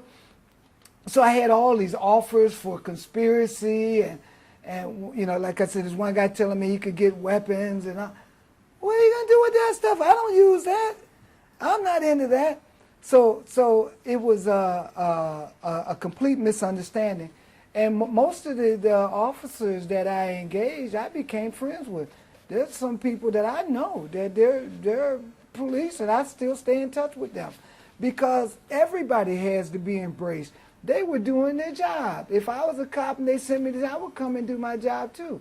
But if I met you and you were a just and honest man, I mean, they don't want me fermenting, overthrow, and I wasn't up fermenting, overthrow the country. I'm not into that. And then when they met me, you know, it was all right. A couple of guys, they took me out. I told them, yeah, buy me a beer and I'll sit down and talk with you. You ask me whatever you want. So yeah, it was amazing. It was amazing how much attention, how important I became. They were showing up everywhere. They flooded Masada Street, and they followed me around, and they probably still keep close eyes on me today. But I don't have anything to hide, so I'm all right with that. And I'm certainly not finished with my ink pen. I'm going to write some more. But I'm not an angry guy. I'm certainly not anti-Semitic. Can't accuse me of being anti-Semitic. And if they call me a self-hating Jew, that might promote me, to, you know, because that's the term they use for other white Jews. When the white Jews speak out against other white Jews, they call them a self-hating Jew. So they don't want to call me that because then they would have to acknowledge me as a Jew. So they just don't really know what to do with me. They really don't.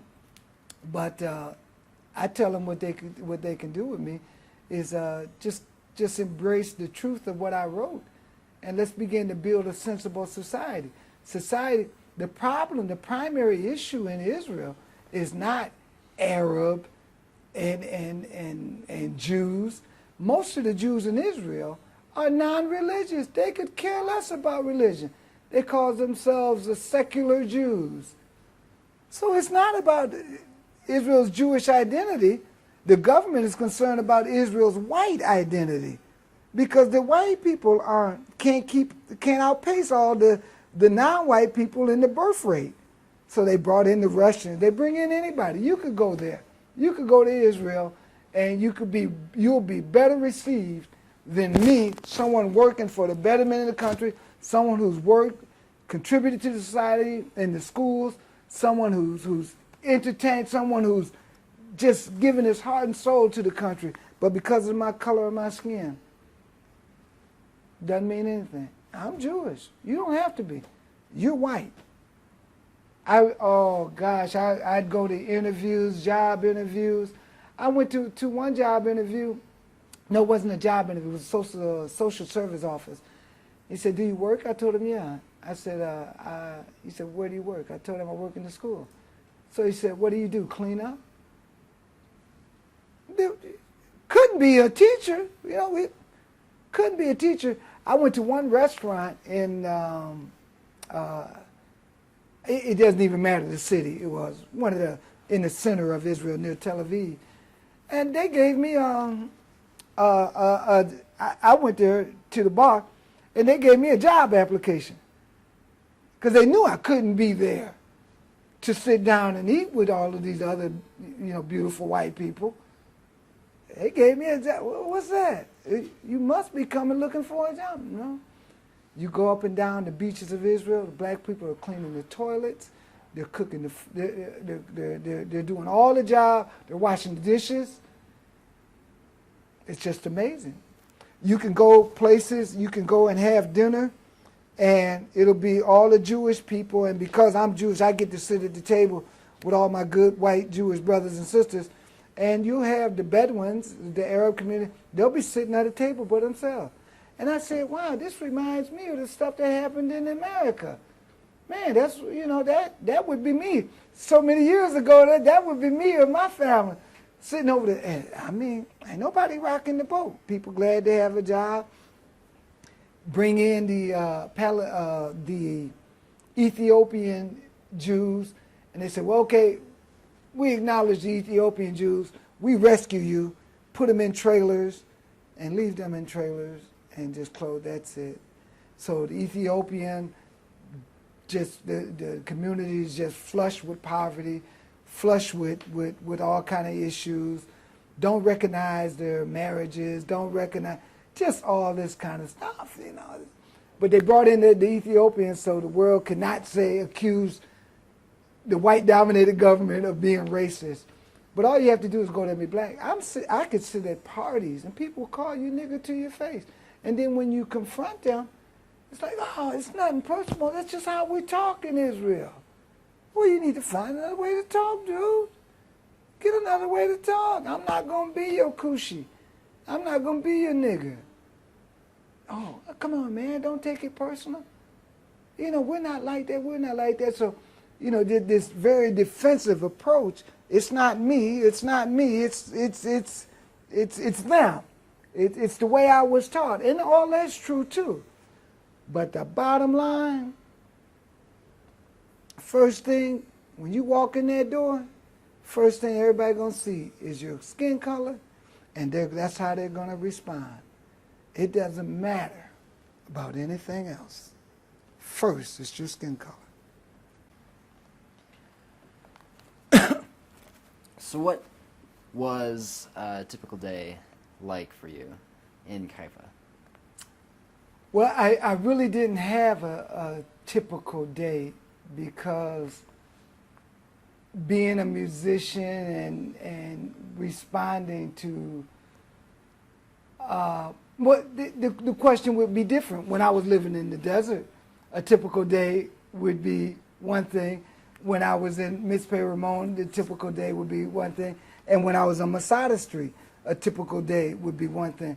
When I was in the desert, a typical day would be wake up in the morning, tend to the garden, and then walk out in the desert. I'd go for one of my walks. Or, that would be a typical day. I would go out and walk. And I'd collect rocks and just bind them with the desert. In Mizpeh Ramon, where I was off of my desert meditation, so to speak, I'd get up and go to work, go to school, and teach school, and come home, play music in the evening, and that sort of thing. Looking back, I guess that was it. You know, you go to work just like everybody else, and keep the house warm in the wintertime, and work in the garden. But up in Haifa, I could say there were no typical days.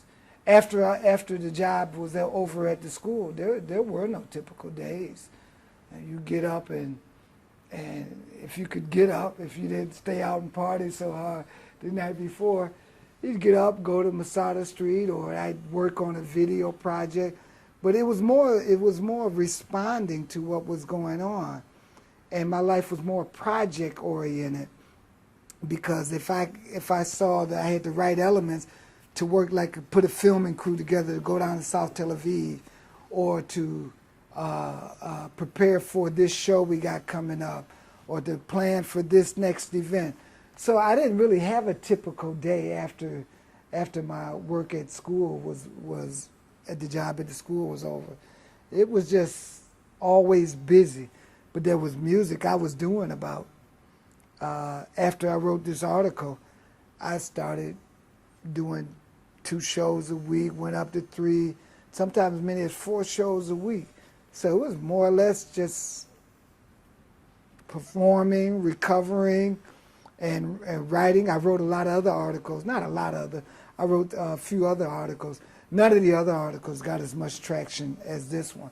I didn't think they would, and they weren't meant to. But, so I couldn't say that I had a typical day. The only thing typical about a typical day was how untypical it was. If you did the same thing twice, then you're like, what's going on? How did your perspective on Israel change from the first time you went in the 80s to the second time you went in 2004?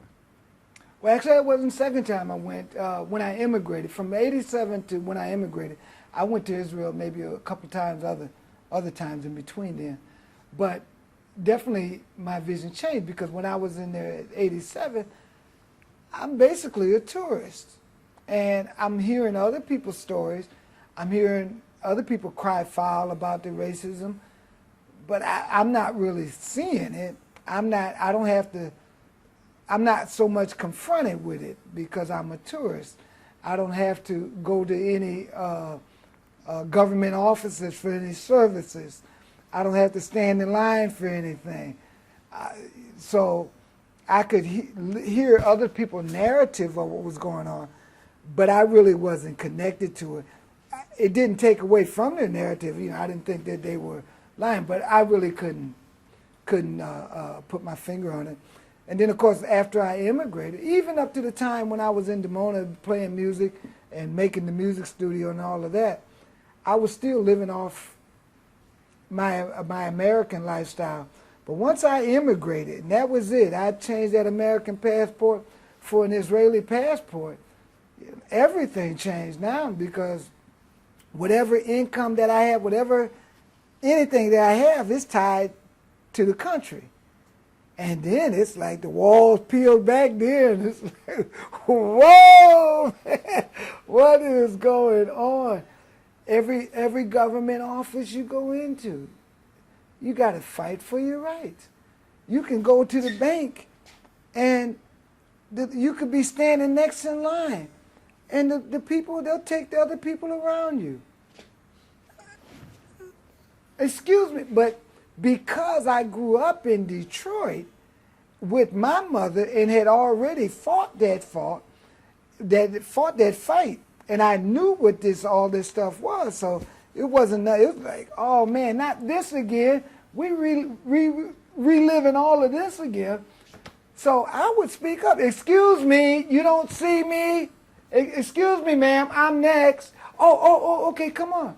And you have some people who would just stand there in line and just wait. You go and you get services, you waiting in line, and then all of a sudden they call their friend in. And I would just go in the office and say, no, I was here first. I was here. And if you weren't willing to do that, then you might not be seen. And once you immigrate, you can't escape the government offices. You can't escape them. So, for medical services, anything, you have to go in there with your boxing gloves on, your helmet on, your knee pads on. It's just amazing. You're just invisible when you're in line, and just totally disrespected. And so people say, well, Israel's not like apartheid. Well, maybe not. I don't know. But I know racism is king. Racism is king. Don't care nothing about you. And I said, now, I can trace my roots back here. And people like Shlomo Sam, who's a prominent academic in Israel, and he wrote a book called what did he call it? The Invention of the Jewish People. And, there's no historical connection for my white Jewish brothers and sisters to the land, but they play on that. And then, of course, we all know about the Holocaust. Don't be a Holocaust denier. Man, if you deny the Holocaust, you are finished. So we don't deny the Holocaust. But if you go in Israel, over 50,000 people who are Holocaust survivors live below the poverty line. All those billions of dollars that Israel gets in the name of the Holocaust, all those heads that are cut off for denying the Holocaust, yet the people who survived the Holocaust living in insecurity. Now, wow, what a contradiction that is. Now, wait a minute. All these shaking Germany down. Send us that money for the reparations, man. How has he got over 50,000 living cold with not enough food? But if you deny the Holocaust, we're going to take you to the world court.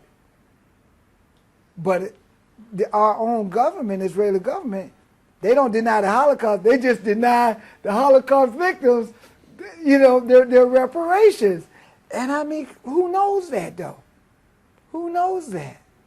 So all of these contradictions, and if you look close and you say something is wrong with that, something is wrong with that, you cannot live in a state of perpetual war. Our government thrives off of war. And all of those things, they affect me because I know that stuff is unsustainable. And it doesn't matter that if you have a historical connection to the land of Israel or not. If you come there and you say you're Jewish, you should be welcome there. So they're Jews, they have a right to be there, but they don't want to share. And the people that have a historical connection to them, we're not even wanted there. We're not wanted. If all the black people got up and left tomorrow, it would be a large part of the population would give us a standing ovation. Go niggers, get on out. And I always say, well, I support the Arabs because once they finish wiping out the Arabs, I'm next anyway. So I might as well go ahead and get involved, right there. But at the same time, I have to admit this. I wouldn't fare any better in the Arab community. The Arab community, they're just as racist as my European Jewish brothers and sisters. They're not trying to accommodate their black community. You have all kind of. Have you ever seen a black Palestinian? Did you know they exist? I think I've heard of them. In the margin. Yeah. The Bedouins. You ever see a black Bedouin in the margins? Black Israeli in the margin. So what happens? You have two European. They're fighting each other, and while all the rest of us non-white or ain't light enough people. We all scratching our head and say, man, we can't get a bone from either side. Please, I'm not welcome inside the Palestinian community. If you went, you'd be more welcome to me. So, where's my fight in that? But I take up their cause simply because I'm going to always be on the side of nonviolence. I'm going to always be on the side of justice. And so if I ignore the injustice being done to you, regardless of what it is, you might ignore mine. You start opening the door to that. So it doesn't matter where the injustice lives. I'm not going to agree with it, and I'm going to stand up against it. But I don't do so with the idea that the Palestinians are necessarily some benevolent people who are going to open up, who are going to invoke Martin Luther King's dream of a society all united. No, man, please. I've been called nigger by Palestinians too. Oh, yeah. And you got a lot of Palestinians don't even want my help because too dark. Too dark. Oh, yeah. Oh, yeah. So unless you get inside there and see what's really going on, you can really get lost up inside of that. So it's my home, and I love my home, and I just take it upon myself to help clean it up. And you're not how do I want to say this? You're not new to activism. You've bumped into several activists and important people that were involved in helping overthrow the racism Right. in the United States. My mother was an activist. My mother took us to see Martin Luther King when he came to Detroit. A lot of people don't know it, but his I Have a Dream speech, he first gave it in Detroit. It was different, but that's when he first gave it. I can't remember which year that was that he came, but I remember mother said, we're going to see Martin Luther King, and all the crowds down in the streets and that sort of thing. And my mother was always working in the community, fighting for justice and taking us to different meetings. So that was just a part of our DNA, my family's DNA, to be socially active. But of course, if that doesn't come with being a responsible human being, there's only so much you could do. And then also at Fort Valley State, I met Stokely Carmichael had changed his name to Kwame Ture, and he was working with he had an organization called the All African People's Revolutionary Party. At first I joined the NAACP, and that was too soft for me.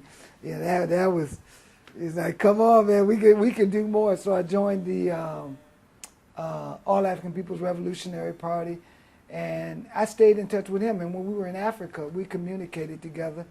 And in this pile of papers, I have a letter, the last letter he wrote to me before he died. And of course, Kwame Ture, or Stokely Carmichael, was the man credited with having coined the term Black Power. So I count him as someone who was dear to my heart as a role model and revolutionary, because he believed the best weapon to use was your mind to fight. Scientific socialism is what he brought. And then, of course, I met with a lot of the other activists. That when I was a news reporter, I made a point of searching out some other activists from the 60s area. I interviewed Ralph Abernathy, who was Martin Luther King's right-hand man. And after the interview, we sat down and we talked. Another young, H. Rap Brown. And excuse me, brother, for not knowing your name. Is so much to remember. But when I went to see him, I went to interview him as H. Rap Brown. He was the head of SNCC 2, Student Nonviolent Coordinating Committee. And he was the one credited with coming up with the term "burn, baby, burn." But I went to see him in the interview, and he told me, he said, listen, he was a Muslim, he had changed his name. And he said, if you want to talk about that old guy, you can go now. He said, but if you want to talk about now and my new life, this was down in Atlanta. So I put my ink pen down and my paper down, and we just sat on this porch and we talked. We spent the whole day just talking. It was amazing, the things that he shared with me. And not long after that, he ended up being arrested with shooting a policeman, maybe a couple policemen, and he's in prison now, unfortunately, and he's serving a life sentence. But yeah, so activism wasn't new. I had been involved coming along. And then, of course, the activism which started in Korea, too, and working with the soldier activists.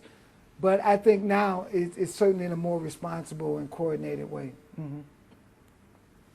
And you have 6 children. And I have 6 children. And we haven't talked about them No. at all. So maybe if you could go through the 6 children from oldest to youngest. My oldest child is a young lady by the name of Sharonda. I was in the Army when I met her mother, and she was born in 1976. And I separated with her in the courtroom. My last thought of her before I went to prison, she was crying. She wanted her father. She knew something was wrong, and they ended up dragging her. She started screaming, "I want my daddy, I want my daddy, I want my daddy." And they dragged her out of the courtroom. And the judge asked, "Who is that? Whose child is that?" They said, "That's the defendant's child." And that was really traumatic for me to see her being dragged as a little girl, 2 years old, being dragged out of there, out of the courtroom, screaming for me. And that was it till I got out of prison. 8 years, 2 years. So by the time I got out, and she's 10 years old, and we never really reconnected.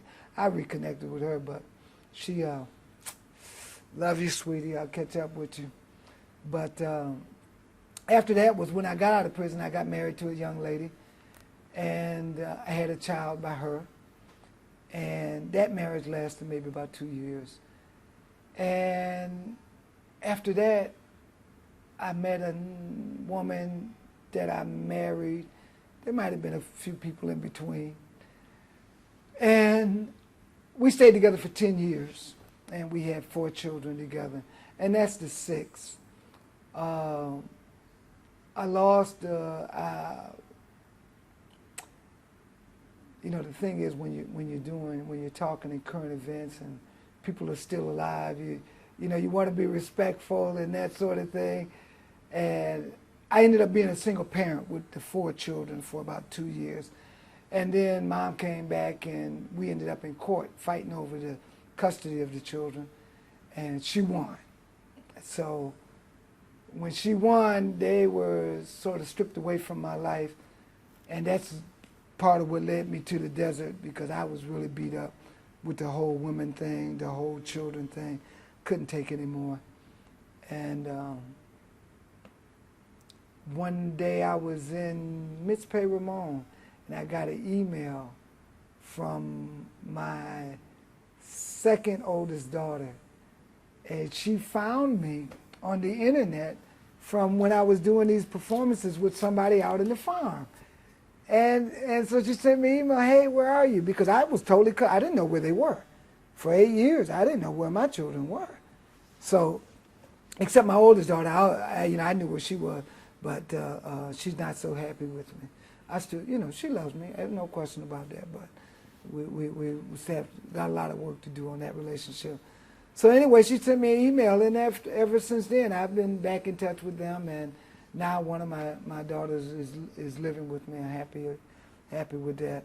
But being away out of their lives, let me go back.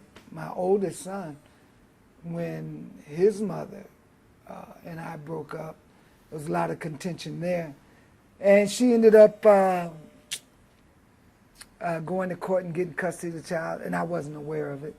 So she ended up with him, and she also helped me get off parole, because she was going to my parole officer saying all these bad things about me. And it was interesting, because when I was on parole in Massachusetts, my parole officer was in the same building when I was working here. So I would see him on the elevator, and when I opened up a shop, he used to come down to the shop, and I would invite him to different events.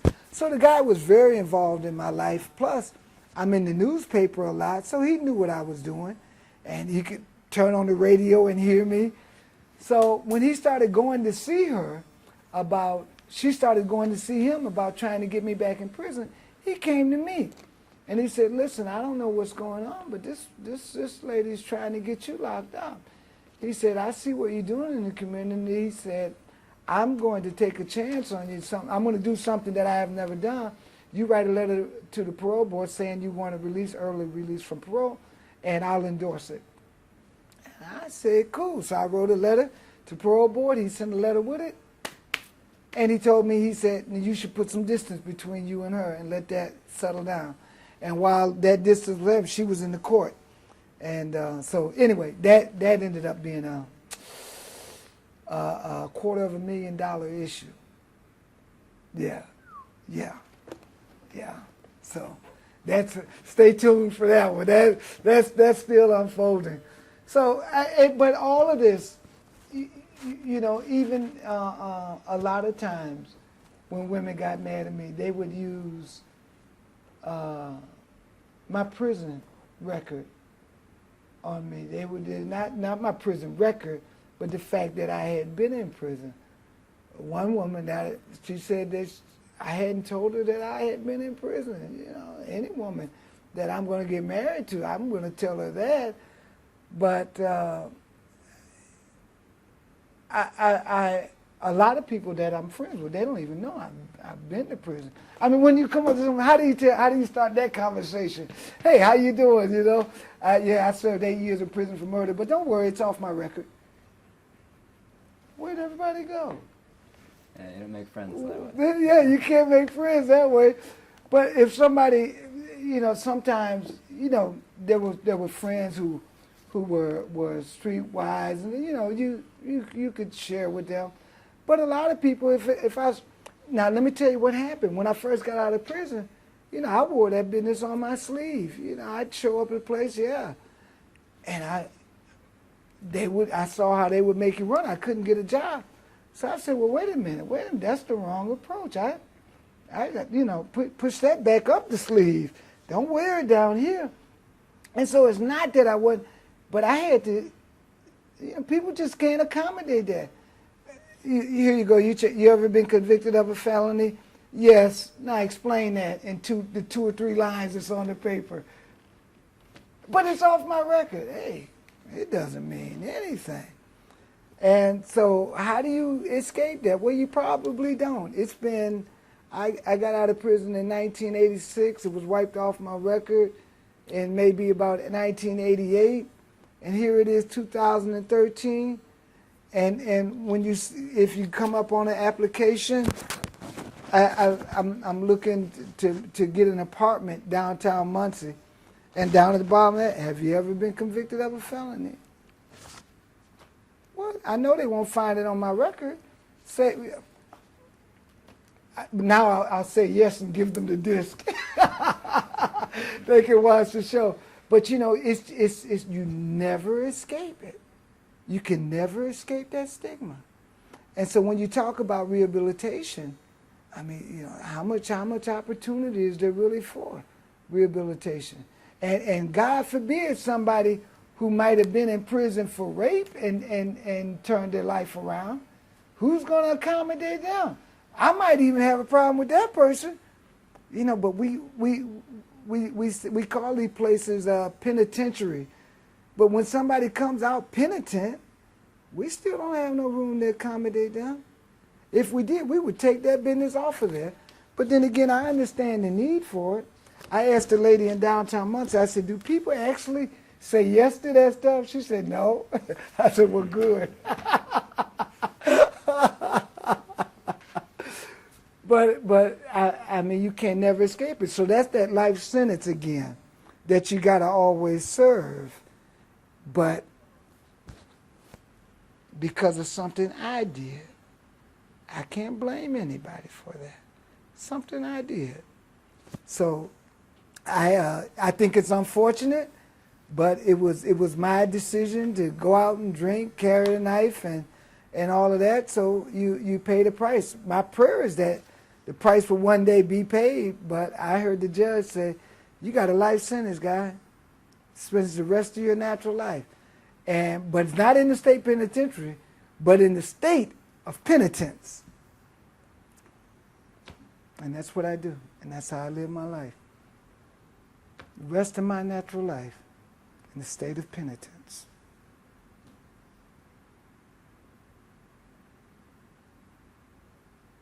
Can't blame anybody. Might not agree with a lot. Can't blame anybody.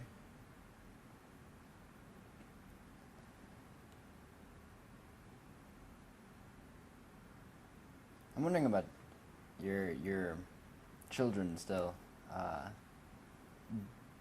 Have any of them felt called to Israel like you have? No, because my oldest daughter, she hasn't even been called outside of the confines of where I met her mother. You know, she's a small-time country girl. She lives in the same place she grew up, and I don't think she has any interest. If she does, it would be as part of a tourist with some Christian group that would go. My oldest son, well, he doesn't know me. After two years, he's gone, so he doesn't have any connection there. And my other 4 children, I think that they would possibly go with me one day to Israel. They would pretty much go with me anywhere. So, but I don't think any of them feel the same. I mean, I know none of them feel that same commitment to Israel as I do. But once again, my commitment to Israel it was just there when I was born. I was fascinated by those Bible stories about what was going on in the desert, and I could always envision myself being there. And I don't think my children had that same exposure and that sort of thing. So not so much. No, not at all. Do you see an Israel in the future in which you or they would be seen as equal to? Well, yeah, I think so. I'm certainly not finished. I'm totally committed to making that a better place. I'm taking the Martin Luther King, Malcolm X program, and the Gandhi program, and every other civil rights program that the pieces of it that were effective, and going to use that to bring change here. In my lifetime, we saw South Africa fold. South Africa with all of its apartheid. I mean, at some point people looked up and said, man, that stuff ain't going to never end. But I saw it end and called this what we have in Israel, what you will. A lot of people say it's not apartheid. I don't, but whatever it is, it's unjust, it's not viable, and it will change. And I'm looking forward to being a part of that change, and I expect to see that change in my lifetime. And the same voice that told me I was going to get out in 7 years, the same voice that told me to run here and not there when I was in Detroit, the same voice that told me that I was getting ready to go downriver, that same voice is telling me that I'm right about that. See that change come to Israel. I look forward to it. I look forward to it. Well, it's good to hear.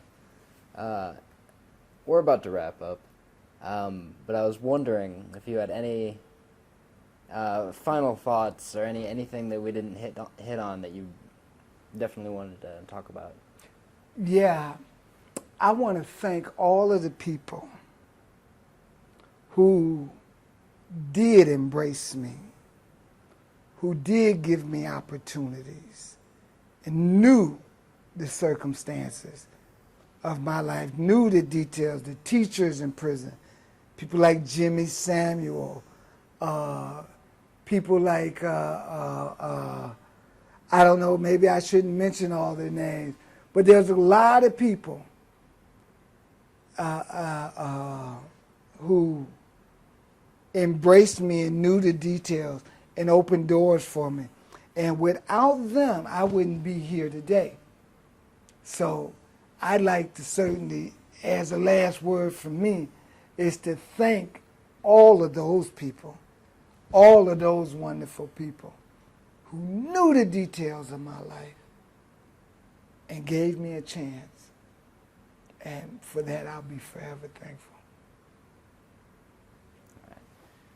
Thanks for being here, Hazakyah. I also want to thank our videographer, Joe Cantu, and our graduate assistant, Rich Udowski.